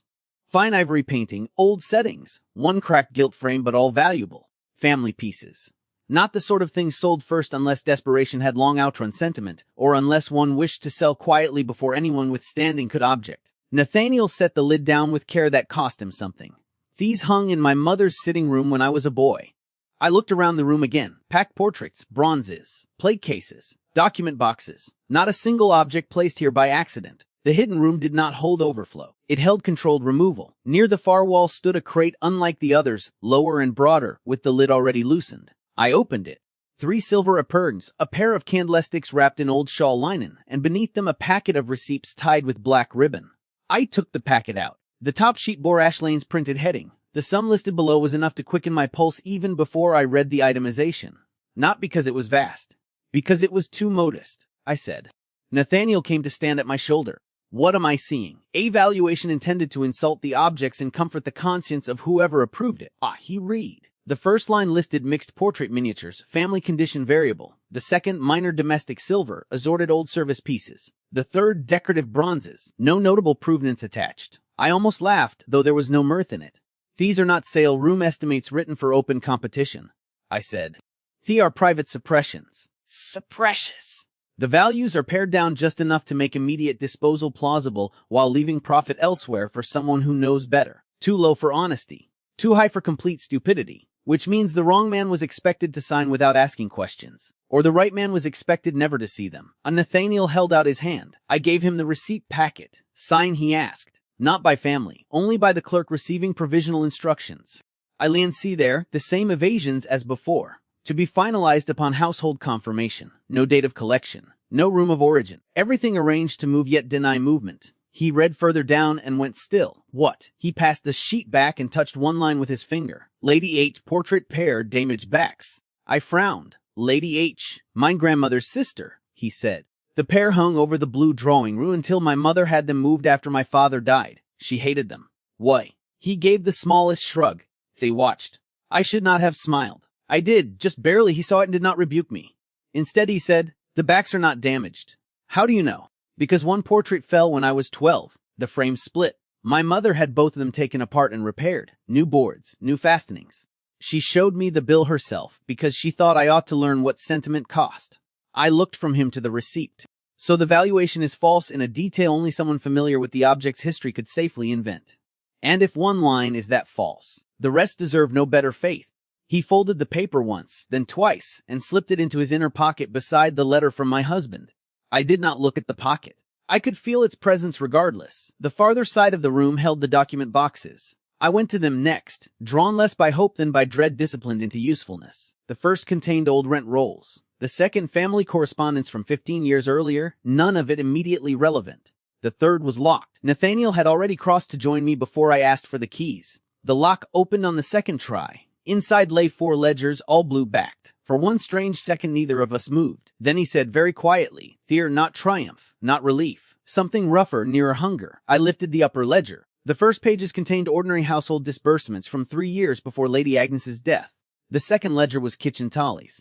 The third, stable expenses. The fourth began as breakfast room stores and private morning use. My pulse leaped. The first pages had been cut out, not torn.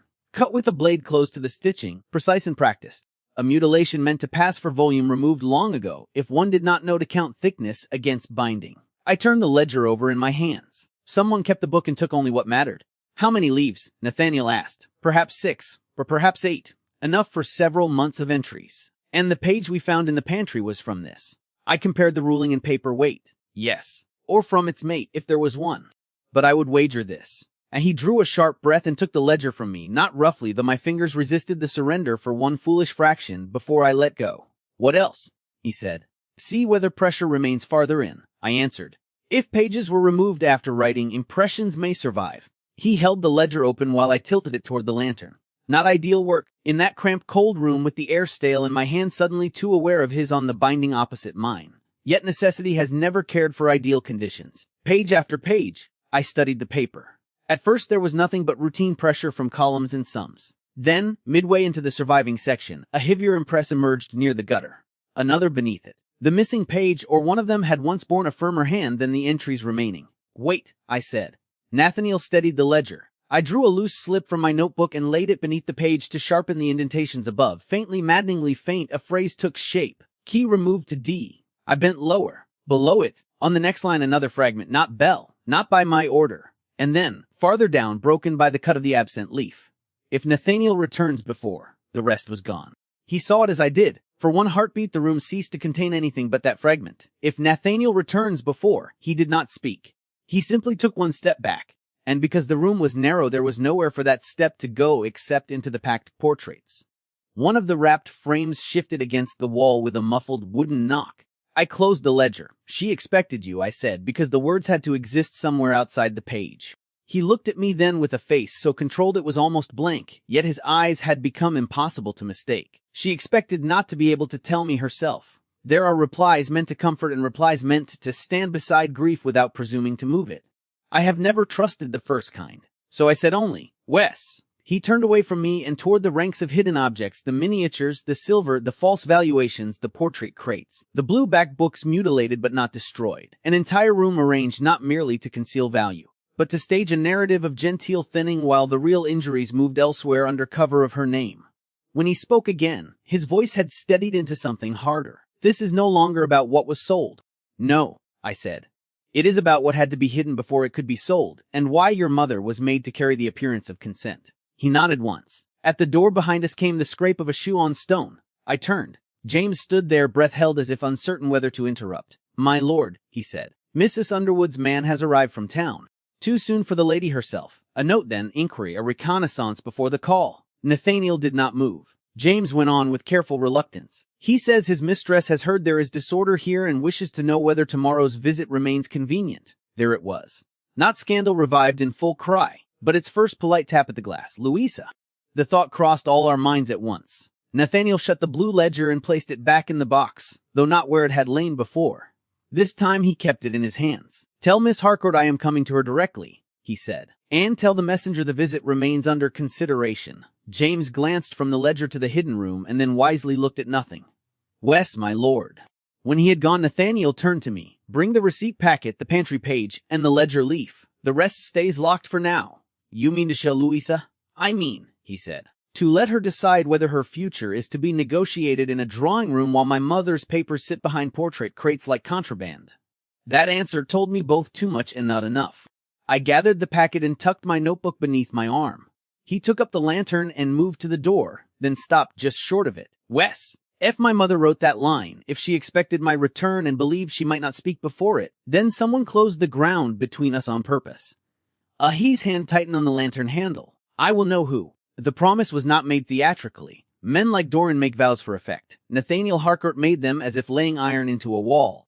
I followed him out into the gallery with the cold of the hidden room still inside my sleeves and the knowledge, newly sharpened, that the house had ceased to be merely dishonest. It had become urgent, and below stairs politeness was already asking whether Louisa Harcourt remained worth visiting. Politeness was waiting for us in the blue drawing room wearing mauve silk and a smile too narrow to be kind. Mrs. Underwood had not sent only a man with a note. She had come herself. By the time Nathaniel and I crossed the long gallery and descended the principal stair, the household had already rearranged itself in frantic obedience to the old religion of appearances. A maid had been set to the hall with a brush. Another had opened shutters that should have remained half closed against the damp. Somewhere flowers had been found and forced into a vase, though they were 2 days beyond freshness. The result was worse than if the house had admitted disorder honestly.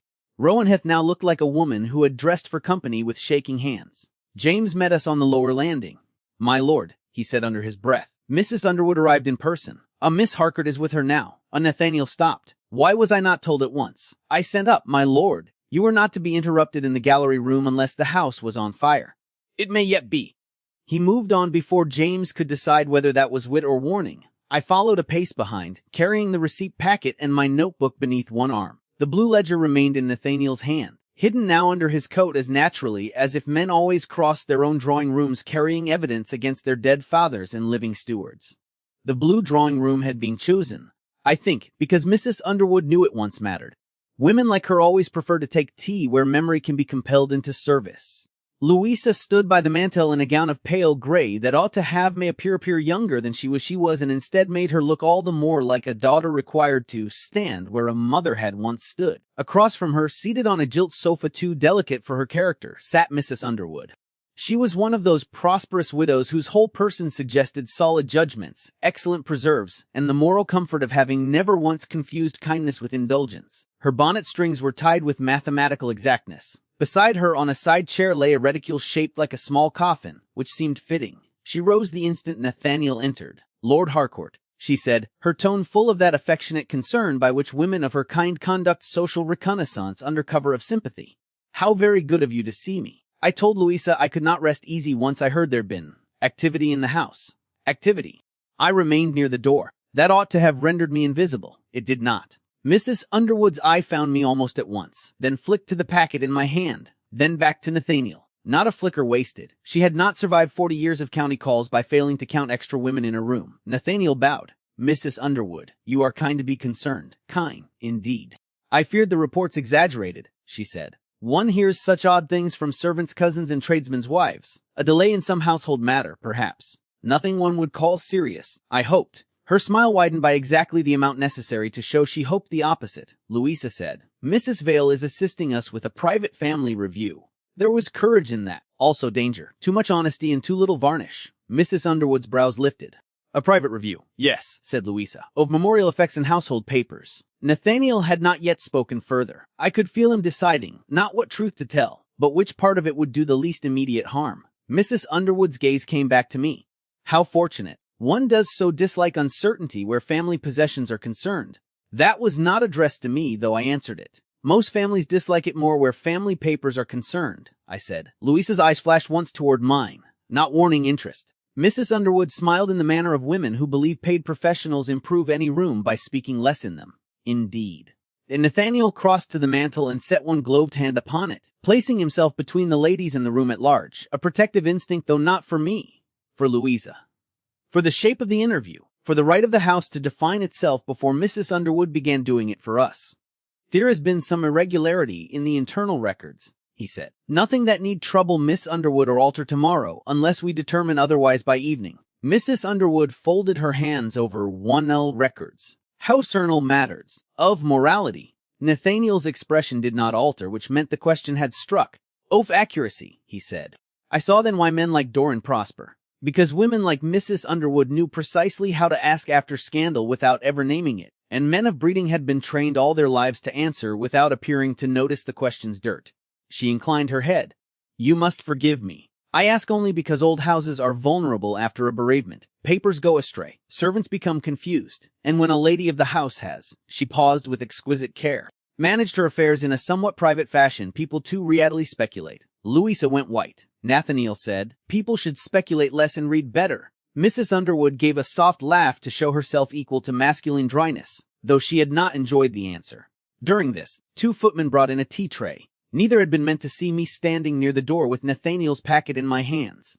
Both saw me. Both saw him turn his head slightly, not toward Louisa or Mrs. Underwood, but toward me as if to mark whether I remained. Small things, such looks, households eat them like sugar. Mrs. Underwood saw it too. There are moments when a room changes not because anything shocking is said, but because the wrong person is visibly included in its attention. I felt the change the way one feels the shift before rain. "Mrs. Vale," Mrs. Underwood said, all gracious interest now. You are not from the auction rooms, then, nor legal representation. What precisely is your line? Before I could answer, Nathaniel did. Mrs. Vale is in my employ. The sentence struck the room harder than any title could have done. It should not have. It merely gave my place a clearer edge. Yet coming from him, in that tone, before those witnesses, it sounded less like explanation than acknowledgement of a private dependence. Mrs. Underwood heard it so. The footman heard it so. Even Louisa, who knew better, stiffened slightly because she knew how it would sound to those who did not. I answered with as much neutrality as I could recover. I prepare private household inventories, madam. How useful, said Mrs. Underwood. No one who says useful in that tone means it kindly. Louisa moved at once. Bless her. Mrs. Vale has been a considerable help, I am sure. Mrs. Underwood accepted tea from the footman without looking at him. These are difficult days for a family. One leans where one must. The meaning was now clear enough to touch. I saw Nathaniel understand it in the same instant I did, and because he was not a fool, he understood also what danger lay not to him, but to Louisa. One whisper from this room, one suggestion of impropriety, of hidden female functionaries too near the master of the house, of widowed dependents turned intimate in a house already shadowed by an old scandal, and every marriage-minded matron in 3 counties would call it further proof that Harcourt women and Harcourt rooms bred ambiguity like damp-bred mold. So he did the sensible thing, he cut me away. Mrs. Vale, he said, turning at last fully toward me and back into the formal distance of the morning when he had first found me in his mother's room. Leave the packet in the library and wait there until I send for you. I do not know why I had not prepared myself for it. Perhaps because since the breakfast pantry he had addressed me with work instead of dismissal. Perhaps because truth, once shared in hidden rooms, makes a woman stupid enough to forget what public rooms require. The words themselves were courteous. The tone was not cruel. Yet the effect was complete. I had gone in one sentence from necessary witness to removable employee, a professional woman restored to her proper margin for the comfort of a richer one. Yes, my lord, I said. Mrs. Underwood's relief was nearly invisible, which is to say I saw all of it. I crossed the room, laid the packet on the side table nearest the door, and would have left without another glance had Louisa not spoken. Nathaniel. Only his name. Nothing else. A sister's protest compressed so tightly it hardly breathed. He did not answer her. He could not in that room and not without making the wrong thing larger. So I went. The corridor outside felt colder than the gallery room had any right to be. I walked as steadily as I could to the library, placed the packet on the long table, and stood with both hands flat against the chair back until the first hot sting of humiliation had passed into something more orderly. This, I told myself, is class truth, not discovery, not truth. A woman may work beside a gentleman in locked rooms over his mother's books, may help lift his family's lies into daylight, may hold evidence in her own hands, may hear him say her Christian name over paper and dust as if it matters where she stands, and still the first duty of a public room is to remind her exactly where she does not. I straightened the already straight packet. Then, because anger is tedier when given occupation, I opened my notebook and began making a clean list of every object, receipt, and document found in the hidden room, marking what required immediate cross-reference before memory could be shaken by feeling. Miniatures 6. Bronze pair. False provenance note. Breakfast blue. Backed ledger first leaves cut. Receipt packet suppressed valuations. Hidden letter in my husband's hand. I stopped. The letters blurred then, only for a moment. I closed the book, not gently. From the drawing room below came the muffled shape of voices. One low and controlled Nathaniel. One smoother and too patient Mrs. Underwood. Once, Louisa's. Then the sound of chairs moving. I crossed to the library window. The park beyond lay washed pale after rain. 2 gardeners moved near the yew-walk. A gig rolled down the drive. Ordinary life persisted with its usual indecency. A few minutes later James appeared in the doorway, carrying not a summons but a folded card upon a salver. For you, for me. That alone was extraordinary enough to be offensive. I took the card. The paper was heavy and scented faintly of lavender water, the sort used by women who like refinement to arrive a heartbeat before their speech. In a strong female hand, unacquainted with hesitation, it read, Mrs. Vale, if your family review extends beyond tomorrow, Miss Harcourt must not be left to receive in uncertainty. Kindly send up any list of rooms now in disorder so the household may be managed around them. I trust you understand how much depends upon distinctions being properly observed.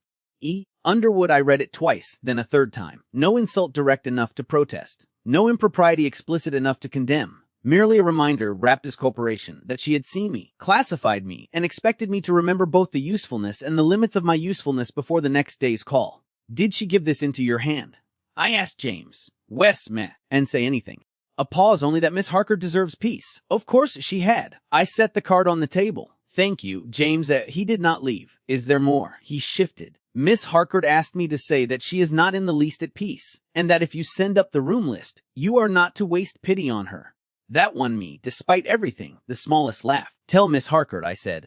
That pity is expensive and I have none to spare. A visible easing passed through him. Very good, ma. When he had gone, I looked again at Mrs. Underwood's card, then at my own pages of notes, then toward the closed library door through which Nathaniel had not yet come. He had done what the room required. I knew it, perhaps even respected it. It hurt anyway. Below stairs a door opened and closed. Quick steps crossed the hall. Voices spread. The story was already moving through the house in new forms. Not only hidden silver now, nor altered papers, nor Mr. Doran under guard. Now also the sight of Lord Harcourt and the widow inventory woman in too close a professional orbit for a decent matron's comfort. By evening, I thought, the servants would have improved it. By tomorrow society would.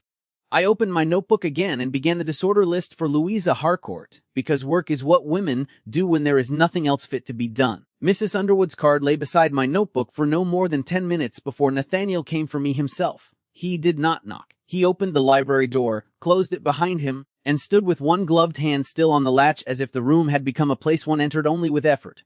Louisa needs the room list now, he said. I looked down at the pages already half prepared. It will be ready in 5 minutes. It is not the list. That, more than the tone, made me raise my head. He had regained all the surface control the drawing room required of him. Yet something remained too sharply set about his mouth, too deliberate in the way he held himself, for me to mistake him as recovered. What is it, then? Mrs. Underwood has asked to see my mother's miniature. The one from the blue drawing room. Is it not there? No. It was moved years ago. Louisa forgot. So did I. There are omissions that happen honestly in a family. This was not one of them. The hidden room had proved that what was moved in Rowanheath was moved with purpose, not drift. And Mrs. Underwood remembers it, I said. She remembers everything that may later be used as proof she was observant before other people became indiscreet. I closed my notebook. Which miniature does she expect? My mother in white silk, half length, painted after her marriage. He paused. It should still be in the hidden room if nothing else has been done to it. If it is not, your house becomes visibly disordered. And if it is produced from the wrong place, your house becomes privately interesting. His glance met mine. Yes, there it was again, class truth arriving faster than comfort. If I fetched the portrait from the hidden room, I risked being seen in connection with private family concealment. If I refused, Louisa received Mrs. Underwood beneath the absence of a mother's likeness in her own drawing room, which would invite questions no daughter should be forced to answer in a tone suitable for tea. I understand, I said. He looked for one brief instant, as if he might say he was sorry to ask it, because steady apology would not change the room waiting for us below. James is in the gallery, he said. He knows which door. I gathered my gloves. As I came abreast of him, he said without quite looking at me, what I did downstairs. I stopped. He corrected himself before the sentence could choose the wrong dignity. In the drawing room. Wes, it was required. Not an apology, not even near one. Yet the effort to state it plainly cost him enough that I did not despise the sentence. I know, I said. Something in his shoulders eased. Or perhaps I imagined it because I needed one person in that house not to reduce me entirely to function. We went out together. The long gallery seemed brighter now that the rain had cleared, though not warmer. At the far end, James waited by the concealed door with a lantern and, rather ominously, a strip of clean holland cloth folded over one arm. For wrapping, Mom, he said, offering it to me. Thank you. Nathaniel remained in the gallery proper this time. You will have to be quick, he said. Mrs. Underwood grows more charitable with every minute that gives her new material. That sounds backward. It is only society. I took the cloth and went with James into the hidden room. The air within felt colder than before. Or perhaps my own blood had cooled to match the work. The miniatures lay where we had left them, in the shallower case beneath the holland covers. I knelt and opened it, sorting through velvet slots until I found the one Nathaniel had described, Lady Agnes in white silk. Head turned slightly aside, dark hair dressed low, one hand at her waist as though she had paused in the middle of refusing somebody gently and meant never to resume. Even in miniature she had the look of a woman who had been judged for reserve by people who benefited from it. I wrapped the portrait carefully. The other one, Mom? James asked. I glanced up. What other one? The smaller gentleman's piece you said was to be kept apart. I froze. Earlier in the hidden room, before being sent away from the drawing room, I had indeed marked one separate item for later review, a much smaller oval miniature, tucked behind the Countess's portrait, of a dark-haired boy in skeleton suit standing stiffly beside a spaniel. Nathaniel as a child, or near enough. not saleable in any real sense, yet included among packed family pieces for reasons no auction clerk in any business deciding. I said it was not to be mixed with the sale case. I answered quietly. Not that it was to follow us now. James, realizing perhaps too late how his words sounded, flushed. Yes, madam. Beg pardon. I wrapped Lady Aga's miniature more tightly and rose. Too late. A voice behind us from the gallery side of the concealed door said with smooth interest. Kept apart, Mrs. Underwood. James actually blanched. I turned with the miniature in my hands and found her standing just beyond the threshold. One gloved hand resting lightly on the portrait-lined wall as if she had merely drifted toward the wrong part of the gallery through innocent curiosity.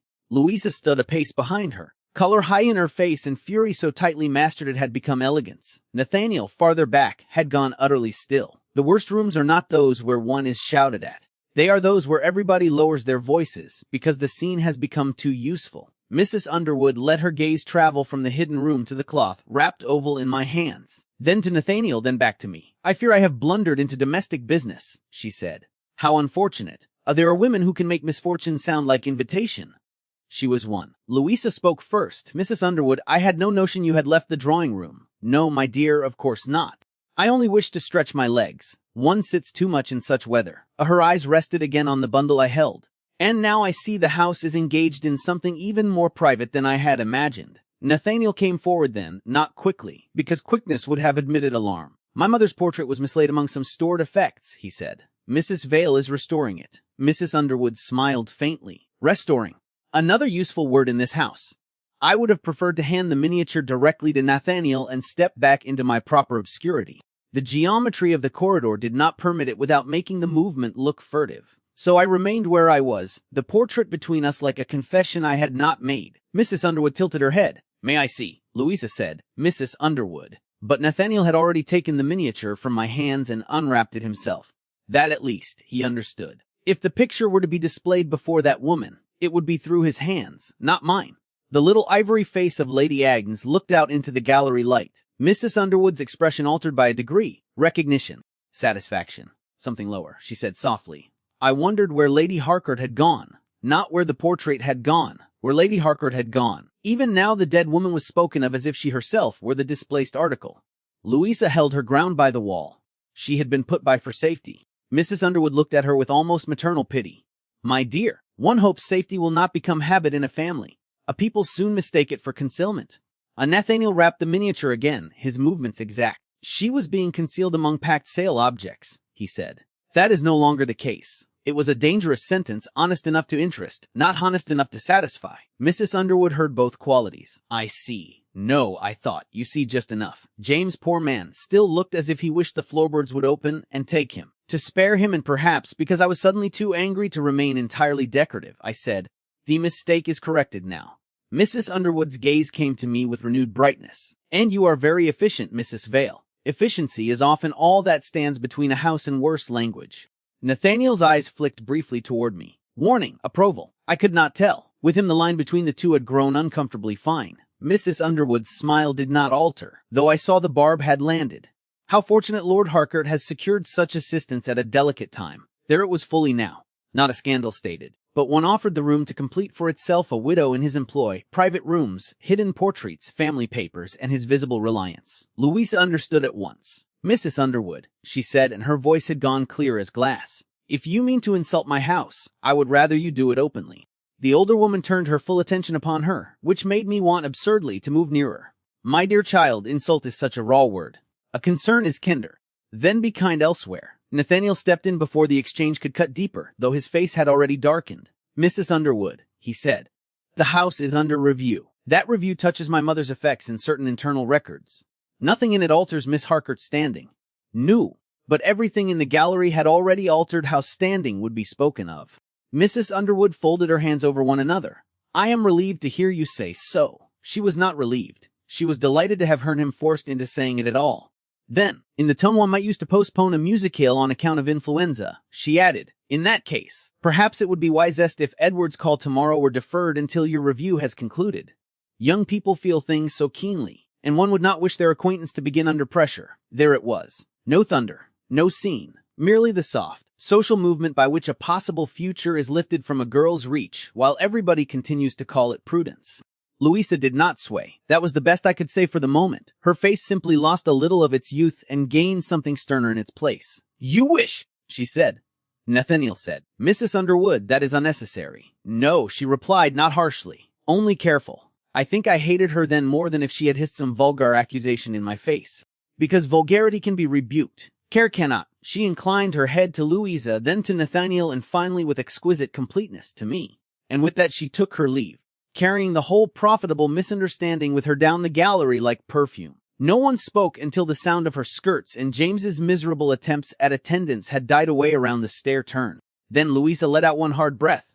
"Well," she said, "that is done."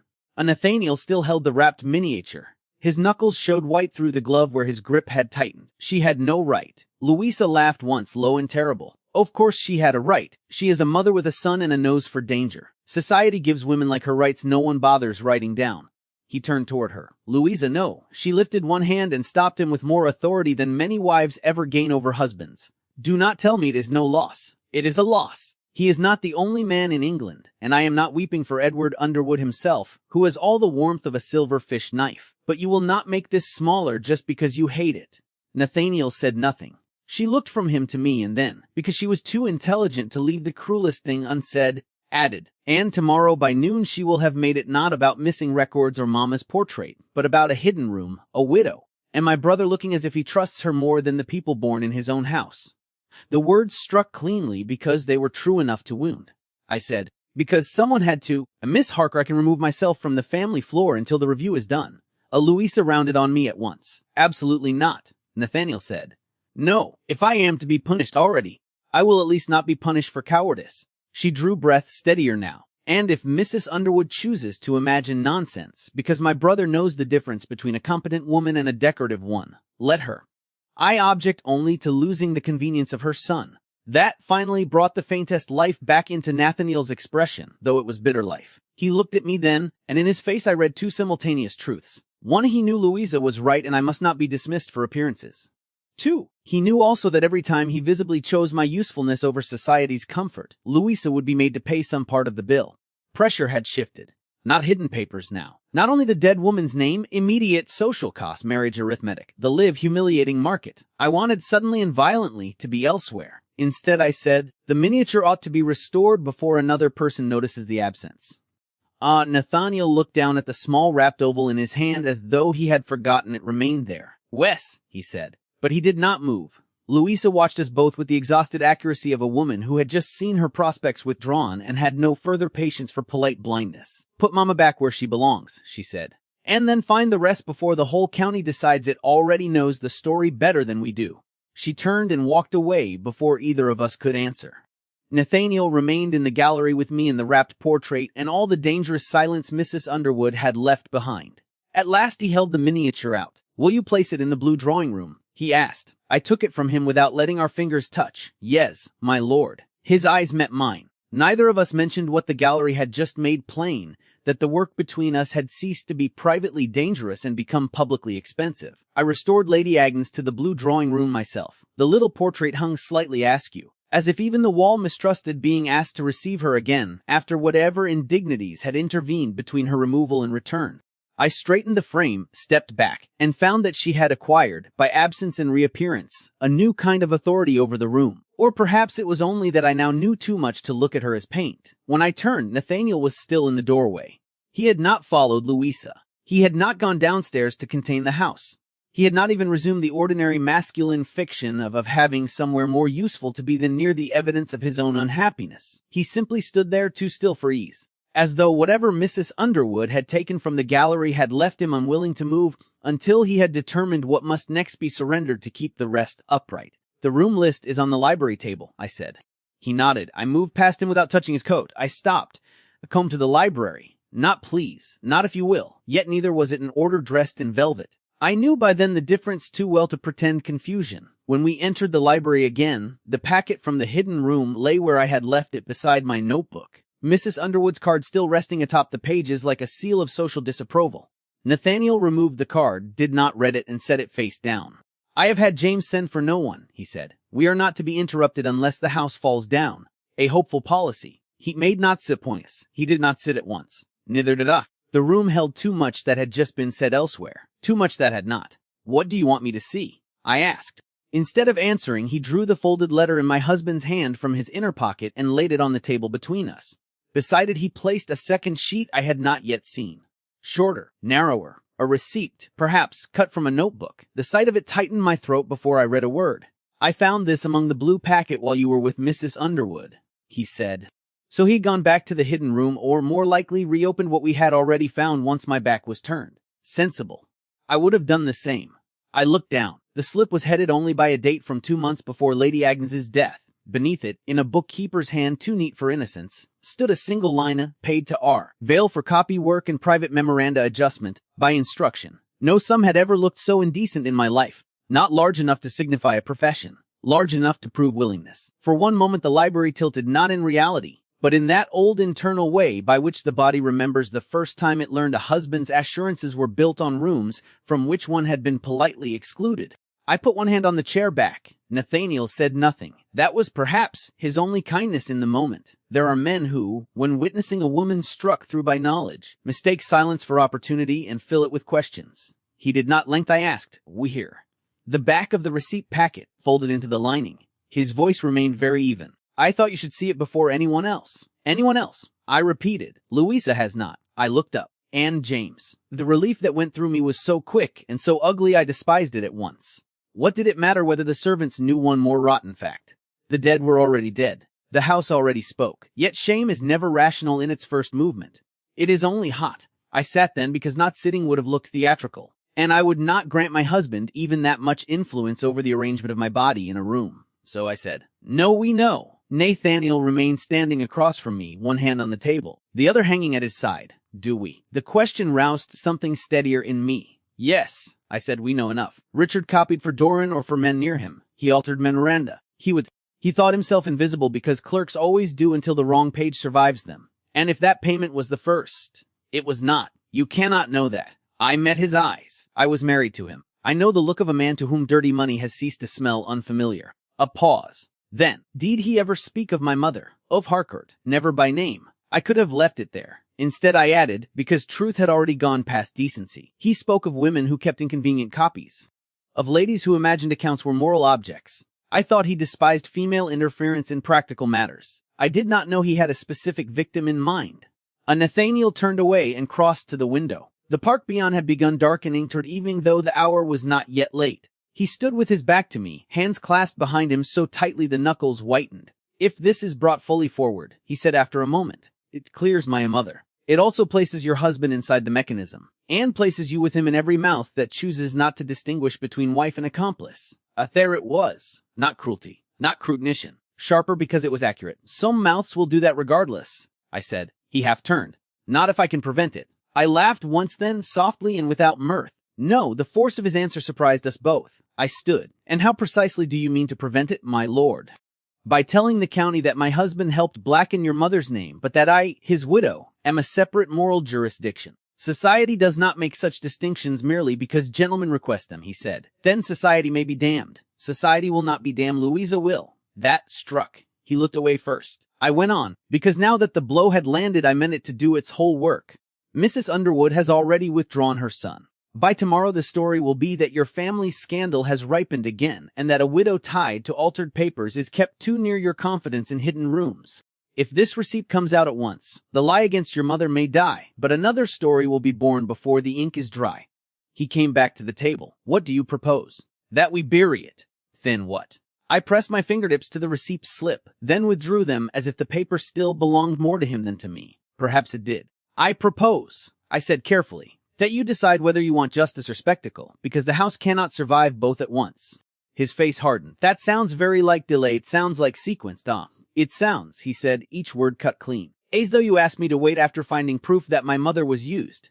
The injustice of that nearly took my temper whole." "I ask nothing for my comfort," I said. "Do not dare mistake me so cheaply." I should have stopped too. Instead I gave anger exactly the rein it had been seeking since the gallery. "You want everything at once. Vindication for your mother, protection for Louisa, punishment for Doran, precision in the records, and," I touched the receipt with one finger, "the privilege of deciding how much ruin this does or does not make of me." His expression changed then, not into gentleness, but into a tension sharpened by the knowledge that he had indeed stepped onto a moral floor more dangerous than he intended. That is not what I meant. No, then say plainly what you do mean. He did. I mean, he said, voice lower now, that if this particular receipt is put into movement tonight, before I have contained the rest, your name will be dragged beside his. Louisa's chances will worsen, and my mother's truth may still be lost inside the new ugliness. I mean that I need time. A day. 2 at most. I mean to secure the household books, remove Dorian's access entirely, and decide how to break this so the right debt are cleared and the wrong living do not profit by the order of it. There was nothing false in the appeal. That made it harder, not easier. In those 2 days I asked, what becomes of me? You say you need time, I said. Very well. Time is always purchased from a woman first. What form do you imagine the purchase taking here? My silence, my disappearance from the family floor, my willingness to let the house think I have been dismissed for some lesser professional failing while you manage the rest. Must I become one more absorbing surface until a gentleman's preferred sequence is ready? Elinor, the name, used now in pleading rather than urgency, only angered me further. I will not do for you, I said, what your mother did for men like Dorian. I will not stand politely in a side room while the truth is thinned into what society can swallow without indigestion. His face went pale under the discipline of it. That is unjust. Is it? Then feel how little comfort justice gives when it arrives after convenience. The silence that followed was the sort that ends things. Not love. There was none to end. Not trust, which had not yet earned the word. But the cold working alliance we had built over papers and hidden rooms had been split cleanly through by the oldest fracture in the world. Whose name is spent first and by whom? At length he said, very formally, what do you intend? There it was, back again to my lord and his paid functionary, not because he despised me, because he no longer knew how to speak to me otherwise without either conceding too much or asking it. I answered in kind. I intend to make a fair copy of the evidence already found and to retain my notes. That is not what I asked. No, I said. But it is the answer you receive. His jaw tightened. For one perilous second I thought he might forbid me the copies outright. He did not. Perhaps because he knew I had already earned them. Perhaps because, even angry, he could not entirely forget who had found what. Instead, he said, until I speak with Louisa and settle the house, you will confine yourself to your room and the library. No further search, no conversation with servants on this matter, no mention of the receipt. The old reflex in me, wife's reflex, widow's reflex, dependence reflex, rose hot and instant at being told where I might confine myself. I crushed it before it reached my face. You ask much. I require it, but there was no use pretending now. Then you require without my consent. If necessary, yes. How cleanly men can say such things when their purpose feels righteous. I picked up my notebook. Then I believe we are finished for the day, my lord. I moved to the door before he answered, because if I remained another minute, I might say something neither of us could work with tomorrow, if tomorrow came in a workable form at all. Elinor. I did not turn. When he spoke again, the voice was quieter, stripped of the authority he had just claimed and therefore, perhaps, more dangerous. I am trying to keep this from destroying the wrong people. I opened the door. The wrong people have already been asked to stand nearest it. I left him in the library with my husband's receipt between us like a third living presence. By the time I reached the stair landing, the noise from below had changed. Not the earlier murmur of gossip. Harder sounds now. The knock of wood on wood. Men's voices in practical exchange. The drag of something heavy across stone. I descended 2 steps and saw through the lower hall windows what I had not believed he would yet permit. A cart at the side entrance, 2 porters from Ash Lane in plain coats, and James arguing with a clerk while one of the tea chests from the china room stood already roped for movement. Resumed. Not openly perhaps, not under the old authority, but enough to prove the house had chosen motion over suspension the moment our alliance broke. Mrs. Pell stood near the door, white-faced and rigid. When she saw me, she looked away first. Of course, a servant girl brushed past carrying straw. Another man hefted a crate-marked glass as small. Somewhere below stairs a hammer struck a nail home. I stood very still on the stair and understood exactly what had happened. Nathaniel had not chosen full surrender to the sale. Not yet. But he had allowed enough ordinary management to continue that the house might claim not to be at war with itself. Enough to purchase his 2 days. Enough to make my exclusion real. Enough to proceed without me. I turned before anyone could address me and went back up the stair with the steady tread of a woman who has just learned that a gentleman may prefer truth in principle and still choose convenience in practice the first hour it costs his family something visible. In my room I shut the door, set my notebook on the table and listened. Below, Rowanheath resumed packing.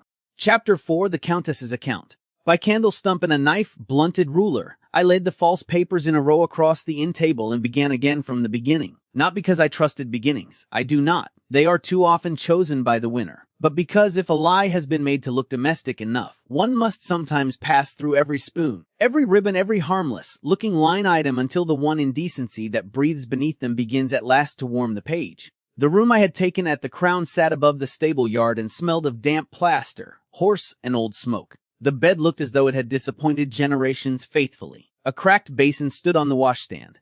The hearth smoked when coxed and sulked when left alone. I had accepted all of it with gratitude. At Rowanheath there had been too much space in which to be managed. I had left before supper. While the house was still pretending, the resumed packing did not contradict the morning's discoveries. Mrs. Pell had not tried to stop me. James had looked as if he wanted to and knew he had no proper instruction on which to rest the attempt. Nathaniel had sent no message after the library. That, too, had been an instruction of a kind. So I now had what women have always had when gentlemen choose sequence over clarity, time alone with the work, and no protection from what it may prove. I pushed Mrs. Underwood's card farther away, where its varnished concern could do less harm by proximity, and bent over the copied receipts from Ash Lane, the pantry transfer note, my own notes from the blue-backed ledger, and the private account summaries I had made from Lady Agnes's booklet before leaving the house. Outside in the yard a hostler cursed softly at a horse. Wheels splashed through mud on the lane beyond the inn wall. Somewhere below my floorboards a man laughed, then coughed as if louder were dearer than his lungs could safely afford.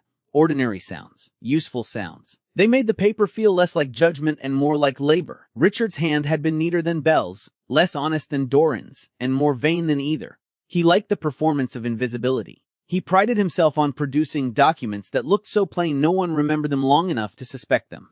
While he worked, he used to say that a good copyist did not falsify the world so much as help it prefer itself. I should have understood earlier what sort of man says such things for pleasure. I took up the unsigned transfer note from the breakfast pantry and set it beside one of the suppressed Ash Lane valuations. Same structure, same evasions. Motion without room. Goods without origin. Review without signature. Richard had taught me, though never intentionally, that when paper refuses to name a thing directly, one must look instead for repetition. Men lie with invention when they are stupid. When they are practiced, they lie with pattern. 6 apostle spoons, private breakfast things reduced, private breakfast things reviewed, miscellaneous domestic silver, private papers to be placed apart. Private, private, private. The word appeared often enough to acquire a smell. I reached for Lady Agnes's copied household notes and spread them beneath the receipts.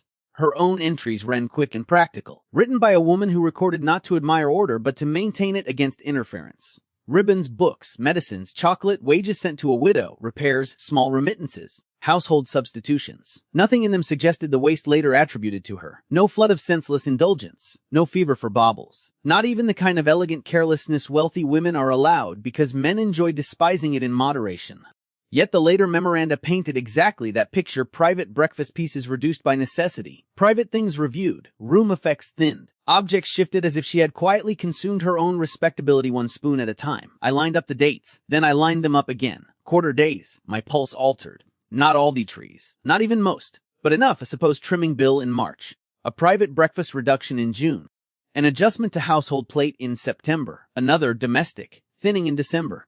The sums were never identical, but the rhythm was rev for appetite, too regular for grief, too regular even for feminine whims, though men will blame women for any expenditure they themselves wish not to examine too closely. I drew a fresh page and made columns. Lady Agnes's actual notes, the altered fare copies, the provisional disposal instructions, amounts where recoverable, dates March, September, December, settlement rhythm. My hand stopped. Marriage settlements do not concern most women until they discover they concern them too much or not at all. I knew enough of them, not by rank, but by the small brutal education of widowhood, to recognize the skeleton when it showed through fabric. Quarterly disbursement. Pin money, separate provision. Money's technically hers and practically vulnerable the moment a husband, steward, or obliging clerk decided female privacy and financial privacy were the same indulgence named twice. I went back through the copied pages with a colder eye. There. A bill entered as imported trimes, amount too round. There, a physician's household attendance absorbed into larger domestic expense the same week as a review of breakfast silver. There again, a note in Lady Agnes's hand about blue foolscap. Then, after it vanished, the first of the more aggressive reclassifications. This was not only about objects. The objects were aftermath. The true theft had begun earlier, somewhere in the movement of settled money or private allowance. When that movement risked exposure, the records had been taught to show Lady Agnes as extravagant, careless, privately reducing her own pieces, privately mismanaging her own things, privately deserving the shame later laid over the house like linen on a body. Once that picture existed, missing silver looked like proof instead of consequence. I sat very still. The fire in the grate spat once and settled. A carriage passed outside with the dull, wet sound of better springs than the lane deserved. If I was right, and I was very much afraid I was, the final proof would not lie in the sale of portraits or the division of breakfast silver alone. It would lie in the point where money became reputation. In the paper showing a transfer out of Lady Agnes's separate provision or pin money into some male-managed estate relief, then later hidden beneath allegations of female excess. Richard would have loved such a structure. It let the theft sit in ledgers while the moral stain bloomed elsewhere. I closed my eyes briefly. When I opened them, the room remained as ugly as before, which was almost a comfort. Very well, then. Find the transfer. I took up the hidden room valuation packet again.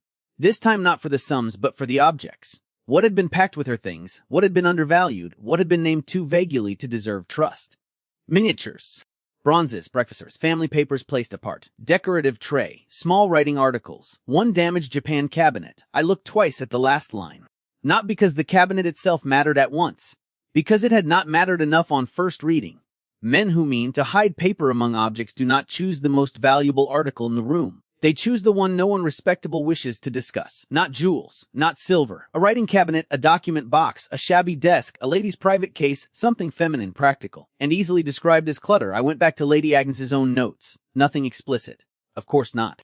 Women under observation seldom write the whole of a danger in one place. But 6 pages in, beside a payment to a French polisher, she had written a tiny marginal addition in the same hurried hand. Inner catch repaired. Blue papers remain mine. I felt the back of my neck go cold. Blue papers. Not blue paper in general. Papers. I set the note beside the hidden room valuation. One damaged Japan cabinet. Not desk. Not writing table. Cabinet. The type of object a valuer might flatten into decoration if instructed to keep attention elsewhere. The type of object a gentleman would dismiss as feminine storage and an auction clerk list by exterior damage if he were meant not to open the inner compartments too carefully. Richard had once told me, laughing over a churchwarden's unpaid accounts, that the safest place for a valuable paper was a place a practical man considered domestic nonsense. At the time I thought him only smug. Now I knew better. I stood so abruptly the chair legs grated across the boards. The final proof did not have to be a bank record cleanly labeled for moral instruction. It could be inside the cabinet Lady Agnes had insisted remain hers duplicate settlement notices, pin money receipts, removed ledger leaves, anything she had kept apart once she realized ordinary household books were no longer safe. And if the cabinet had already been packed among the hidden room effects, then Nathaniel still had a chance to recover it before Ashlane's men or some other obedient hand dispersed it into harmless, looking emptiness. Unless he had resumed the packing farther than I knew. Unless the cabinet was already gone. Unless he had chosen his 2 days in his sequence and his household management over the one object most likely to end the matter cleanly. I put both hands on the table and forced myself not to move like a fool. Think. The valuation had called it damaged. That was good. Damaged objects often waited because they required decision. Silver left. Portraits tempted. Decorative cabinets with broken catches bored men in haste. Unless Doran had known what it held. I looked again at the line. No receiving notation. No final destination. Only inclusion. Still in the house than's likely. My breath came easier. Not easy. Easier. I sat down and began a list not of grievances, but of proof quartered day rhythm in altered entries. Private expense recoded as domestic frivolity. Separate provision likely diverted. Objects sold later to justify earlier absence. Japan cabinet inner catch repaired. Blue papers remain mine. There it was. The shape of it at last. Not a greedy countess eating through silver and linen in private folly. A woman whose separate money had been redirected, whose objections had been moralized into feminine caprice, and whose remaining papers had then been cut out of the ledgers before her son returned. I stared at the last line on the page. If the cabinet still stood in Rowanheath, I needed it before anyone with a hammer, a rope, or an auction ticket laid hands on it. Below in the yard someone called for fresh oats. A dog barked once and was silenced. Evening had deepened while I worked. The candle had guttered into a broad pale dish of wax. I had crossed from suspicion into structure and knew enough now to feel the price of it. If I recovered the papers in that cabinet and they bore Richard's work more fully, then my husband would stand not at the edge of the mechanism but within it, and where he stood society would be happy to place me by proximity, prudence, and convenience. No matter. Truth first, then the shame due to it. I reached for my gloves. Just then, from the passage beyond my door, came the sound of hurried boots on the stair and a man's voice asking the innkeeper whether Mrs. Vale had yet retired. I did not move. 1 heartbeat later I knew the voice. James. For one absurd second I considered pretending not to be in. Then I remembered I was a widow in a market town inn with a single candle, a cracked basin, and enough paper on the table to hang 3 men and inconvenience a fourth. Pretence had already had its turn with the day. So I stood where I was and said, "Come in." James entered first, hat in hand, rain dark at the shoulders though no rain currently fell. Behind him, filling the low doorway with much less grace than a gentleman's coat deserved, came Nathaniel Harker. The sight of him in that room was almost indecent. Not because he was a man, nor because I was alone, nor even because the innkeeper downstairs would almost certainly begin composing a more profitable version of the visit before the hour was out. It was indecent because Rowanheath and all its carved proprieties belonged to another world, and here, in a room with smoke, blackened plaster, and the smell of stable, yard mud coming through the shutter crack, he looked stripped of too much ceremony to be safely borne by a woman who had spent the afternoon teaching herself not to think of him at all. James stopped just within the door. "I can wait below, my lord," Nathaniel said. "Stay in the passage." James withdrew at once and pulled the door nearly shut behind him, leaving us with the candle, the papers, and the knowledge that one decent servant stood guard over the worst possible impression. Nathaniel's gaze moved first to me, then to the table, then back again. "You found something." I folded my gloves deliberately. "Good evening to you too, my lord." He had the grace to look momentarily ashamed of his own haste. "Good evening," he said. "What did you find?" I should perhaps have made him work for it. He had earned at least that. Instead, I pointed to the list I had drawn up. "The sale room valuations were only the second cover," I said. "The first theft was not plate, nor portraits, nor breakfast silver. Those were consequences. The earlier one lies in Lady Agnes's separate money." He came closer at once. I disliked how much relief I felt at his choosing the papers over me. "Show me." I slid the quarter-day list toward him. March, June, September, December. The altered entries and the supposed private reductions fall in a settlement rhythm. Too regular for whim. Too regular for grief. Someone was draining or redirecting money at the points where her private funds ought to have been strongest, then teaching the household records to present the aftermath as female extravagance. He read in silence. I went on, because if I stopped, I would become aware again of the room's narrowness, the hour, and the fact that I had not expected to see him until tomorrow, if then. Lady Agnes's own notes do not show waste. They show management, small private disbursements, medicines, chocolate household substitutions, charitable payments. But the later fair copies moralize her spending. Private things reduced. Private things reviewed. As if all motion began with her appetite. Nathaniel lifted his head. It was not agreement only. It was anger finding a cleaner shape. I reached for the copied line from her margin note and laid it before him separately. "This matters most. Beside a payment to a French polisher, she wrote it inner catch repaired. Blue papers remain mine." He read it once and then again slower. "The Japan cabinet," he said. I had not told him yet what I feared, but he had come to the same place. That did not please me. It frightened me. "If the cabinet still stands in the house," I said, "it may hold the papers that bridge the distance between diverted settlement money and the false household disorder used to conceal it afterward. Not merely ledger fragments. Perhaps duplicate notices, private memoranda, removed pages, anything she kept once the ordinary books ceased to be safe." He was already half turned toward the door. "Where is it?" "I do not know. You must have some idea. I have valuation language, not a floor plan," I said more sharply than I intended. "It was listed from the hidden room contents. But that does not prove it remained there after I left Rowanheath." That stopped him. "The same thought had reached us both," resumed packing. He straightened, and I saw then that he had ridden here hard enough or quickly enough after his evening decisions that the edge of his coat was still powdered with road dust. Not chance, then. Not idle concern. He had come as soon as something in the house confirmed whatever choice he had finally made. "You are too late to ask whether I was right to leave," I said before I could stop myself. He looked at me fully then. I did not come for that, no. Of course he had not. Men seldom arrive first for the thing a woman most needs asked of them. Then why? For a moment he did not answer, and I knew he was deciding not what truth to give me, but how much of it the room could bear without turning theatrical. "At sunset," he said at last. "I sent to Mrs. Underwood." That was not the answer I expected, which is perhaps why it landed so cleanly. I folded my arms. "To apologize. To end it." The words entered the room and altered the air more decisively than if he had laid a pistol on the table. "End what?" Edward Underwood's call. His mother's approach. Any further nonsense about waiting for the house to become socially convenient. His voice remained even, but I heard the force beneath it now, like current under ice. I told her my sister would not be managed around a lie for the comfort of another family. I said nothing.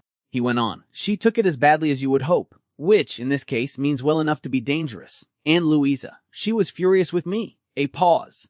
"Then not furious enough," I looked away before he could see what that answer did in me.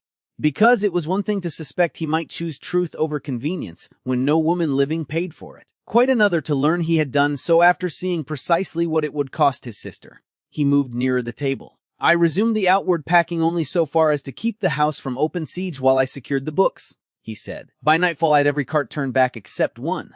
The hollow under my ribs deepened. One. The damaged Japan cabinet. I did not breathe. He watched my face too closely for comfort. Esh Lane's man had already marked it for morning removal to the lower hall. Not because he wanted it. Because it was in the way. And I had it brought instead to my father's old study and locked there. He put one hand flat on the table between us. Then I sent for you. The room remained visible. The candle remained lit. The sounds below remained those of an inn going sensibly about itself. Yet for one bewildering second all I knew was the sheer release of not having been too late. I sat down because standing seemed suddenly unreliable. Nathaniel did not. You trusted the valuation line enough to stop it, I said. I trusted you enough to stop it. That was worse. Or better. Or both. I pressed my fingertips to my temple and closed my eyes once. Do not say things in that tone unless you have thought them through. I have done little else since leaving you in the library. There are moments when fatigue, anger, and admiration become indistinguishable until one of them speaks. I was too tired to sort them. When I looked up, he had taken off one glove and stood with it in his hand, as if he had only just remembered he was not still on horseback or in his own hall. The informality of that small disorder made him more dangerous than any title. You came yourself, I said. You might have sent James with a note. You did not. Still no apology. Yet apology no longer seemed the center of the room, not because it had ceased to matter, because the house had moved again, and with it the ground under both of us. I looked down at the copied receipts, the quarter-day list, the damning note in Lady Agnes's hand. If the cabinet contains what I think it may, I said, slowly. Then once we open it there is no returning to managed ambiguity. The matter leaves household scale, I know. It may also contain more of Richard's hand, his jaw altered by a fraction. I know that too. And if it does, then I will distinguish between the dead man and his widow until my own last distinction is stripped from me by every gossip within 50 miles. The answer came with such force that I believed before I had time to ask whether belief was wise. I stood again. When do we ride? His expression changed, not softened, exactly, but stripped of some burden he had clearly expected to carry longer. No, he said. If you can, I almost laughed. Can, I repeated. My lord, I have been waiting half my life for men to ask women for final proof only after they have exhausted every inferior arrangement. I can ride back to Rowanheath. At that, despite everything, the corner of his mouth moved. Not enough to count as a smile. Enough to remind me he was still a man and not merely an engine built to avenge his mother. Then his gaze dropped briefly to the open list on the table. You have been working since you left. Have you eaten? The question was so unexpected, so ordinary, that it nearly undid me more than any of the rest. Not with great distinction, I said. He reached into his coat pocket and brought out a wrapped parcel, plain paper tied with string. What is that? Cold chicken, half a heel of bread, and an apple Mrs. Pell insisted I bring. I stared at it. Mrs. Pell. She did not wish you dead on the road. That is almost tenderness. It is the nearest form of it she currently permits. He set the parcel on the table among the receipts and blew notes as naturally as if sorrow, hunger, class rupture, and financial fraud had always belonged to one supper. I should have refused it. I did not. Instead I said, then you had better give me 5 minutes. For what? To eat, gather my papers, and decide whether I dislike you enough to make you wait in the passage like a common petitioner. His eyes held mine. And I am still deciding. That finally earned the briefest true response from him, not laughter, but the sound just before it, checked by circumstance and transformed into something rougher and more human. I will take what mercy I am offered, he said. There was no time in that room to explore what such a sentence might become if given leisure. That was likely for the best. I tied my copied notes with ribbon, folded the quarter-day sheet into my notebook, and tucked Lady Agnes's margin note into the inner pocket of my reticule. Nathaniel went to the door and called softly for James. When the servant appeared, Nathaniel said, "Have 2 horses made ready. Mrs. Vale returns with me." The James' eyes flicked once to the table, the food parcel, the papers, and then wisely to nothing at all. As he withdrew, Nathaniel looked back at me. Once we open the cabinet, he said, whatever is in it will not be only mine to answer for. No, it would be mine also. Richard's shadow, Louisa's future, Lady Agnes's name, the house's last defenses. All of it. I wrapped the cold bread in paper and slipped it into my bag beside the copied valuations. Then let us be sure, I said, that what we open is large enough to justify what follows. He took up the candle and held the door. I passed him into the dim inn passage, where the floor dipped and the plaster peeled and everything smelled of smoke and horses and wet wool. It seemed the right sort of corridor from which to ride toward the end of one lie and the beginning of another, harsher truth. Below us, somewhere in the stable yard, a horse stamped. Night made Rowanheath look more honest.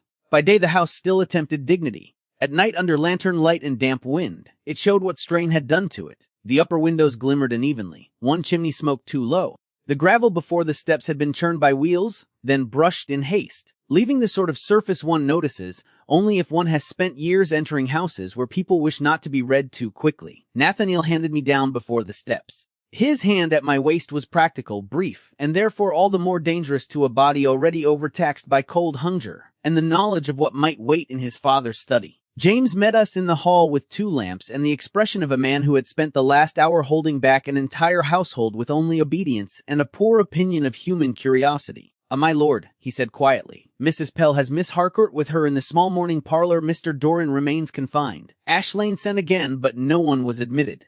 The cabinet in the study is ordered. No one has touched it." Nathaniel nodded once. "And no one is too." James inclined his head and fell in behind us. The old study lay at the west end of the principal floor, darker and more masculine than the rest of the house, as though grief had taken one look at it and decided it was already furnished in the correct colors. Books in calf and Russia leather lined the shelves. 2 hunting prints hung crooked above the sideboard. The curtains were half drawn, and the fire had been revived without conviction. On the far side of the room, beneath the portrait of a long dead Harcourt with an unfortunate chin, stood the japanned cabinet. It was less elegant than I had imagined. Black ground worn at the edges to show red beneath, faded gilded vines, brass corners dulled by years. On the lower right door, a scuff deep enough to justify the word damaged in a valuer's list, though not enough to account for the eagerness with which such a label had been applied. I crossed to it before removing my gloves. Nathaniel shut the door behind us. That sound so small, so final, made the room feel at once safer and more perilous. James remained by the hearth, lamp in hand. Nathaniel came to stand opposite me at the cabinet, and for one strained instant neither of us touched it. Then I knelt. The outer doors were not locked, only tied with a strip of twine in the careless manner of men who assume a woman's furniture guards itself through social irrelevance. Inside lay the ordinary apparatus of a lady's private: papers, pigeonholes, small drawers, 2 compartments for writing things, and, in the center, a shallow fall front lined in faded green leather. Empty. Not wholly empty. A pen tray remained, 2 sealing wafers, 1 cracked ivory paper knife, but empty in the way rooms are emptied by someone who knows exactly what to leave so that absence may appear like convenience rather than violation. "Too late," Nathaniel said. I did not look up. The word came from habit more than hope. Women who live by inventories learn that emptiness often lies in layers. One must offend it before it gives up its second truth. I ran my fingers along the inner molding. There. Not visible at first glance. A minute irregularity beneath the right side drawer rail, where a repair had been made by a clever hand and then darkened with polish. I pressed. Nothing. I pressed harder, then drew back and looked more closely. The catch had indeed been repaired, but afterward fixed again from within, not broken, secured. "Knife," I said. Nathaniel placed his pocket knife in my palm at once. I worked the blade under the inner lip of the rail. The wood resisted, then gave with a tiny dry click. Somewhere inside the cabinet, a spring released. The falseback shifted forward by half an inch. Nathaniel inhaled sharply. I set the knife down, slid my fingers in the gap, and drew out a hidden compartment no deeper than my hand. Inside lay a packet of folded blue papers, 1 narrow ledger stitched in blue board, and a sealed envelope addressed in Lady Agnes's hand. "To Nathaniel, if I cannot place this in your hand." No one moved. I do not know whether my pulse was loud enough for the room to hear it, but it seemed so to me. Nathaniel stared at the superscription as if sight itself had become a form of pain. I had known, by the fragment in the blue ledger, that she expected his return. I had not expected this, not the directness, not her own hand, crossing years and concealment to reach him still. I took the other papers first, because the letter was too personal to touch before the structure around it had been seen. The blue-backed ledger was smaller than the household books, ruled for private account. Lady Agnes's hand filled the early pages. Pin money received, small remittances, charitable gifts, household purchases charged not to the estate but to her separate purse. Then, halfway through, the hand changed only in pressure, not identity. The entries grew terser. Cross-reference, defensive. June quarter not received in full. Remainder promised against temporary estate embarrassment. Doran says my lord insists. September quarter diverted again. Made to answer wine merchant in London note. Not by my order. December not paid at all. Told to treat against Harcourt obligations. I have written refusal. No answer. The not wheeze. Not female folly. Appropriation. I turned the page. January no quarter. Bell shown false household copy. RV writes what Doran sets before him. I keep this separate. Below, later, in a shakier line. Nathaniel must see the blue books, not the fair copies. My throat closed. Nathaniel had come around the side of the cabinet without my noticing. He stood so near now that the linen at his sleeve brushed the air by my shoulder when he reached past me, not for the ledger, but for the sealed letter in his mother's hand. He did not break it. Not yet. What else, he asked, voice low and unlike any I had heard from him before. I let out the blue papers one by one on the green leather fall front. Quarterly notices from her marriage settlement trustee. Receipts for amounts due. 2 letters requesting temporary accommodation from the late Earl's London man of business. 1 unsigned memorandum in Doran's hand summarizing interim domestic economy to justify holding back her private quarter until regular discipline is restored. And, beneath all, a single sheet in my husband Richard's hand, copied cleanly from some original not present. This last was the filthiest of them all, because it translated theft into order. For internal steadiness it is preferable that reductions appear to proceed from her ladyship's private habits, rather than from any general deficiency at present unresolved. I closed my eyes once. When I opened them, Nathaniel was reading over my shoulder. James, by the hearth, swore very softly and then looked as if he wished the floor to swallow him for the liberty. Nathaniel said nothing. That frightened me more than rage would have done. I gathered the settlement notices into one stack and put the copied memorandum beside the private ledger. Then, because no truth survives first discovery unless someone with a cooler hand arranges it for war, I began ordering the papers into a sequence fit to be shown. Lady Agnes's separate quarter due. Quarter withheld or reduced. Estate embarrassment named. False domestic reduction entered. Private objects shifted and sale cover prepared. Nathaniel had still not opened the letter. At last he said, read me the ledger entries in order.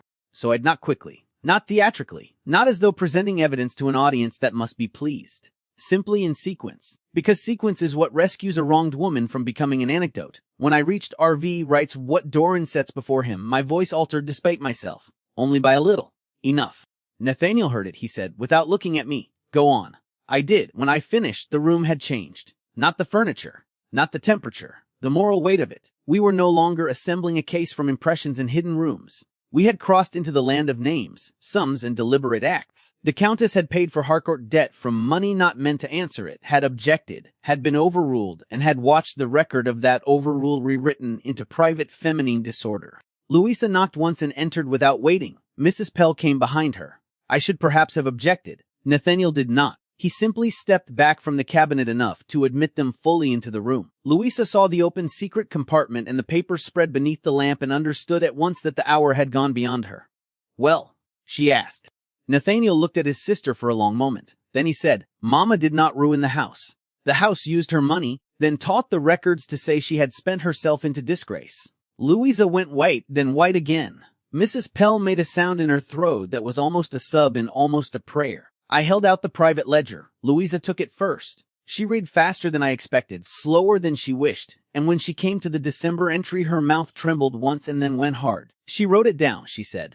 Wes, said Nathaniel, why keep it hidden? Why not send it to Uncle Stephen, to the solicitor, to anyone? Mrs. Pell answered before either of us could. Because by then, miss, every path out of the house ran through a man who had already decided her resistance was temper, or illness, or expense. And because once a lady is made to seem unstable in money, the next step is to say she is unstable in judgment. After that, she broke off and pressed her lips together. After that, a woman is no longer believed even against paper. Louisa looked up from the ledger to the sealed letter still in Nathaniel's hand. Open it. He did. The seal broke too easily. Lady Agnes had not meant the paper to survive a century in dignity. She had only meant it to survive long enough to find her son. Nathaniel read the first line standing. Then he sat down very suddenly in his father's chair as if the room had shifted under him. I looked away. A mother's last private letter to a son is not a document I would willingly watch being read, no matter what household need might justify my presence. Still, I could not retreat.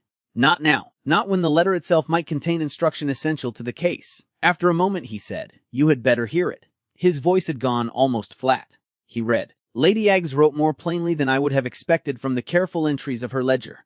Not sentimental. Not self-excusing. She wrote that the house's immediate obligations had grown larger than she had been told, that her husband and Doran had called upon her private provision, for a season, and then a second and third. She wrote that when she objected, Bell's copies ceased to resemble her own notes. She wrote that she had retained certain blue books and duplicate notices because a woman may lose her keys before she loses her mind, and I mean to preserve evidence of the difference. She wrote that if Nathaniel returned and found her silent, he must trust Louisa's heart over his uncle's calm and look in the Japan cabinet before any room was open for sale. At the end she wrote, "Do not defend me by gentleness. Defend me by exactness." When Nathaniel's voice stopped, the silence afterward felt nearly sacred. Louisa was crying openly now, though without noise.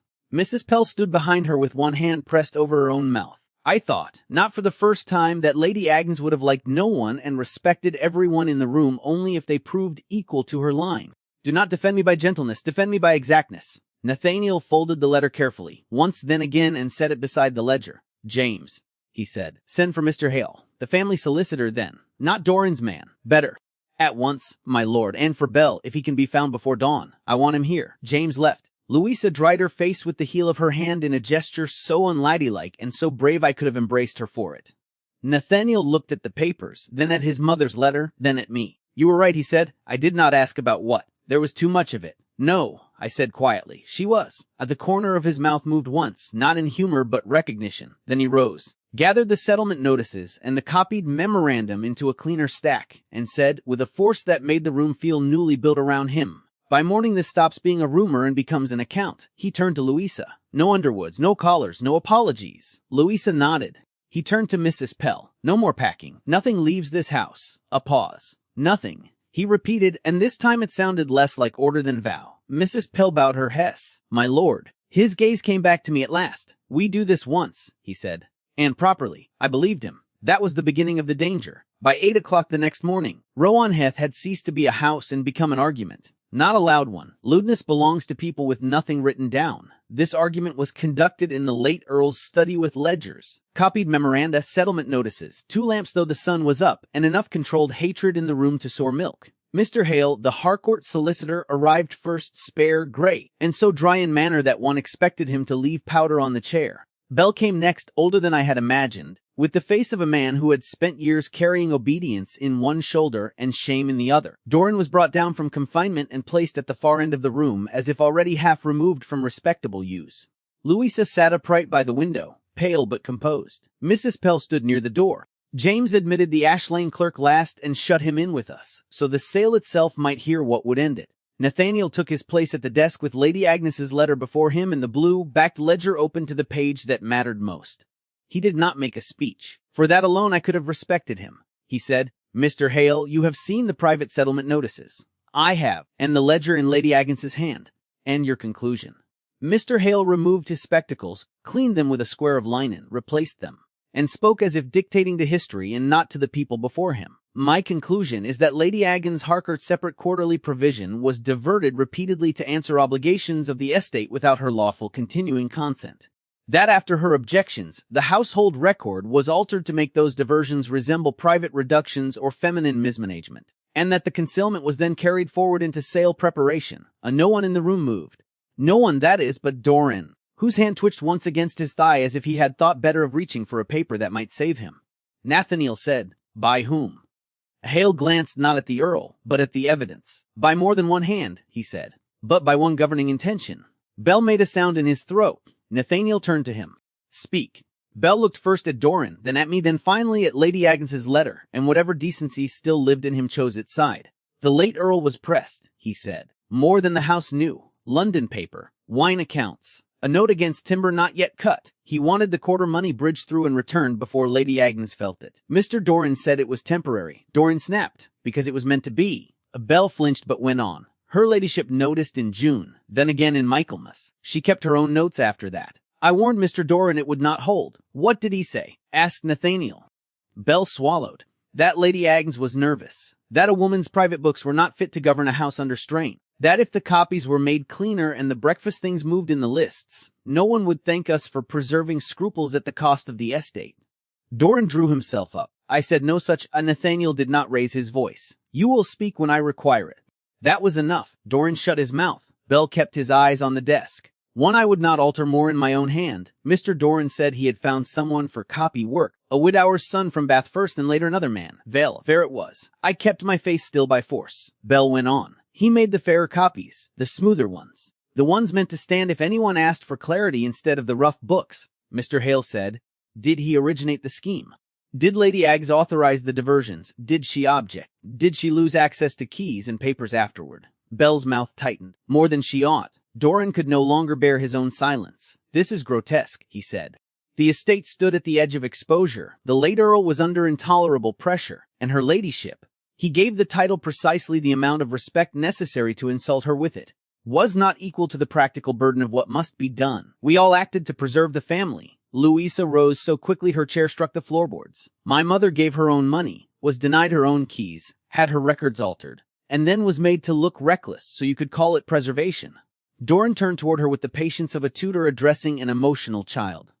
Miss Harcourt, with the deepest respect. Ladies do not always perceive the distinction between temporary expedient and structural necessity. Then you may perceive this one, she said coldly. You are a thief. Mrs. Pell closed her eyes. Nathaniel did not tell Louisa to sit down. Instead, he took up Lady Agnes's letter. My mother wrote, he said, and now for the first time his voice altered, though only by a little, that a woman may lose her keys before she loses her mind, and that evidence of the difference ought to be kept.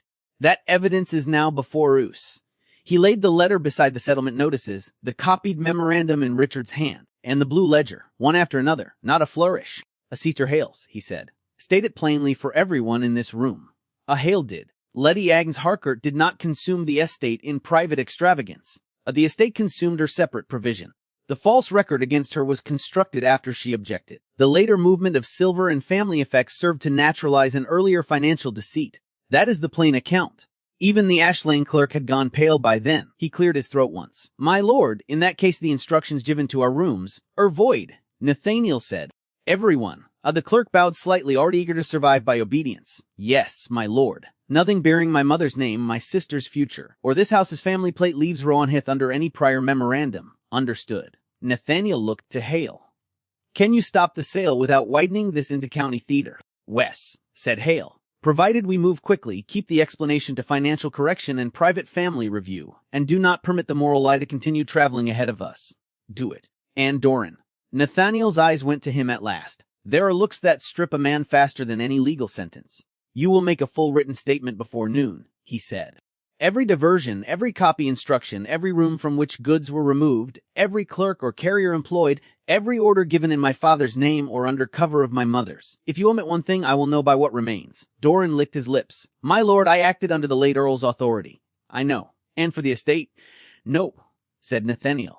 For the preservation of male authority inside it. No one breathed. Doran looked as if he had been struck. Good. The Ash Lane clerk shifted uneasily. My lord, what are the pieces already entered? Nathaniel said, you will receive by this evening a corrected hold notice. No lot proceeds. No clerk returns without Mr. Hale's written direction. Any valuation made upon incomplete or misleading family instruction is suspended.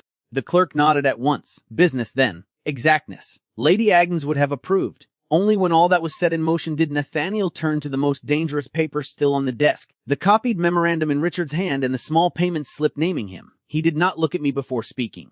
This man, he said, touching the copy, was employed as a pen. That was all, not defended by gentleness, exactly as his mother had asked. He copied under direction, Nathaniel continued. The design was not his. The theft was not his. The moral construction against my mother was not his to invent, only dirty enough for him to write cleanly. He is dead. I cannot punish him, but I will not have his widow bear the architecture of a fraud conceived elsewhere. Every face in the room turned toward me. I had known he meant to distinguish between the dead man and me. I had not known he would do it there, before Hale, Bell, Louisa, Pell, James, and the auction clerk, where such distinctions would matter because they had been witnessed. Hale inclined his head once, almost formally, as if receiving and fixing the classification in law. Bell looked relieved enough to shame me for wanting his relief. Louisa's face softened with a gratitude she had too much breeding to overdisplay. Only Doran seemed mean enough to resent me still for not conveniently drowning beside my husband's name. Nathaniel went on, and this time he did look at me. Mrs. Vale uncovered the concealed room, recovered the blue ledger, identified the settlement rhythm, and found the cabinet that preserved my mother's account. She remains here by my instruction and with full professional authority complete the corrected inventory and household record. Not rescue. Not pity. Authority. It landed in me harder than affection might have done. Hale said, that is wise. And, because it was Hale who said it, the sentence acquired more force than if 3 warm-hearted women had clasped my hands and called me brave. The formal work went on after that. Hale drafted. Bell signed his statement with shaking fingers. James was sent to fetch the trustee's old correspondence from the locked press. The Ash Lane clerk was made to initial the suspension. Doran wrote under watch and looked smaller with every line. Louisa sat again and read her mother's letter in silence, one gloved finger resting over the line about keys in mind, as if the paper itself required steadying. By midday the first battle had been won not by noise, but by paper arranged in the right order before the right men and women. The second battle was society. Hale handled that too. A note went to Mrs. Underwood before luncheon, couched in language too exact to be argued with. A private financial correction concerning the late Earl's management and Lady Agnes's separate provision required immediate family seclusion. Miss Harcourt's calls were postponed not through disorder of conduct, but through the rectification of record. No invitation was given to reply. I do not know what face Mrs. Underwood made on reading it. I hope it was a poor one. By 2 o'clock, Rowanheath had changed again. Not easier. Cleaner. Packing ceased in truth now, not merely in posture. Crates were broken open. Plate returned to proper rooms. The hidden room was emptied under James's eye and relisted under mine. Mrs. Pell moved through the house like a woman walking a chapel after desecration, touching nothing without first measuring whether it belonged again. Late in the afternoon, when the last of the day's formal statements had been sealed and Hale had taken copies to town, I stood alone once more in Lady Agnes's morning room. The drawer now held the recovered breakfast pieces. Not all. Enough. The room still smelled faintly of lavender, ash, and all the things that had been forced to mean something ugly because men needed them to. Nathaniel found me there. I heard him only because by then I knew his step from all the others. "It is done for today," he said. "For today," I echoed. He came no farther than the edge of the rug. "Good. There are conversations one can only bear if a room keeps its proper width. Hale believes the trustee correspondence and Bell's statement will suffice to establish the diversion clearly," he said. "Doran will not survive the week in any useful capacity. Ash Lane is contained. And Louise, angry. That is a sign of life." He almost smiled at that and did not. I looked down at the open drawer. "Then what remains?" He answered without hesitation. "The corrected inventory. The household books. And the question of what you will do now." I closed the drawer. "I imagine," I said. "That depends what is being offered." "A position," he said first. "Sensible man. Not charity, not vague gratitude. Rowanheath's records have been neglected for years and mishandled for months. I want them rebuilt properly. All of them. Household sale, leases, plate, archive. I would have you oversee it and answer to no one in the house but me and Mr. Hale where law is involved."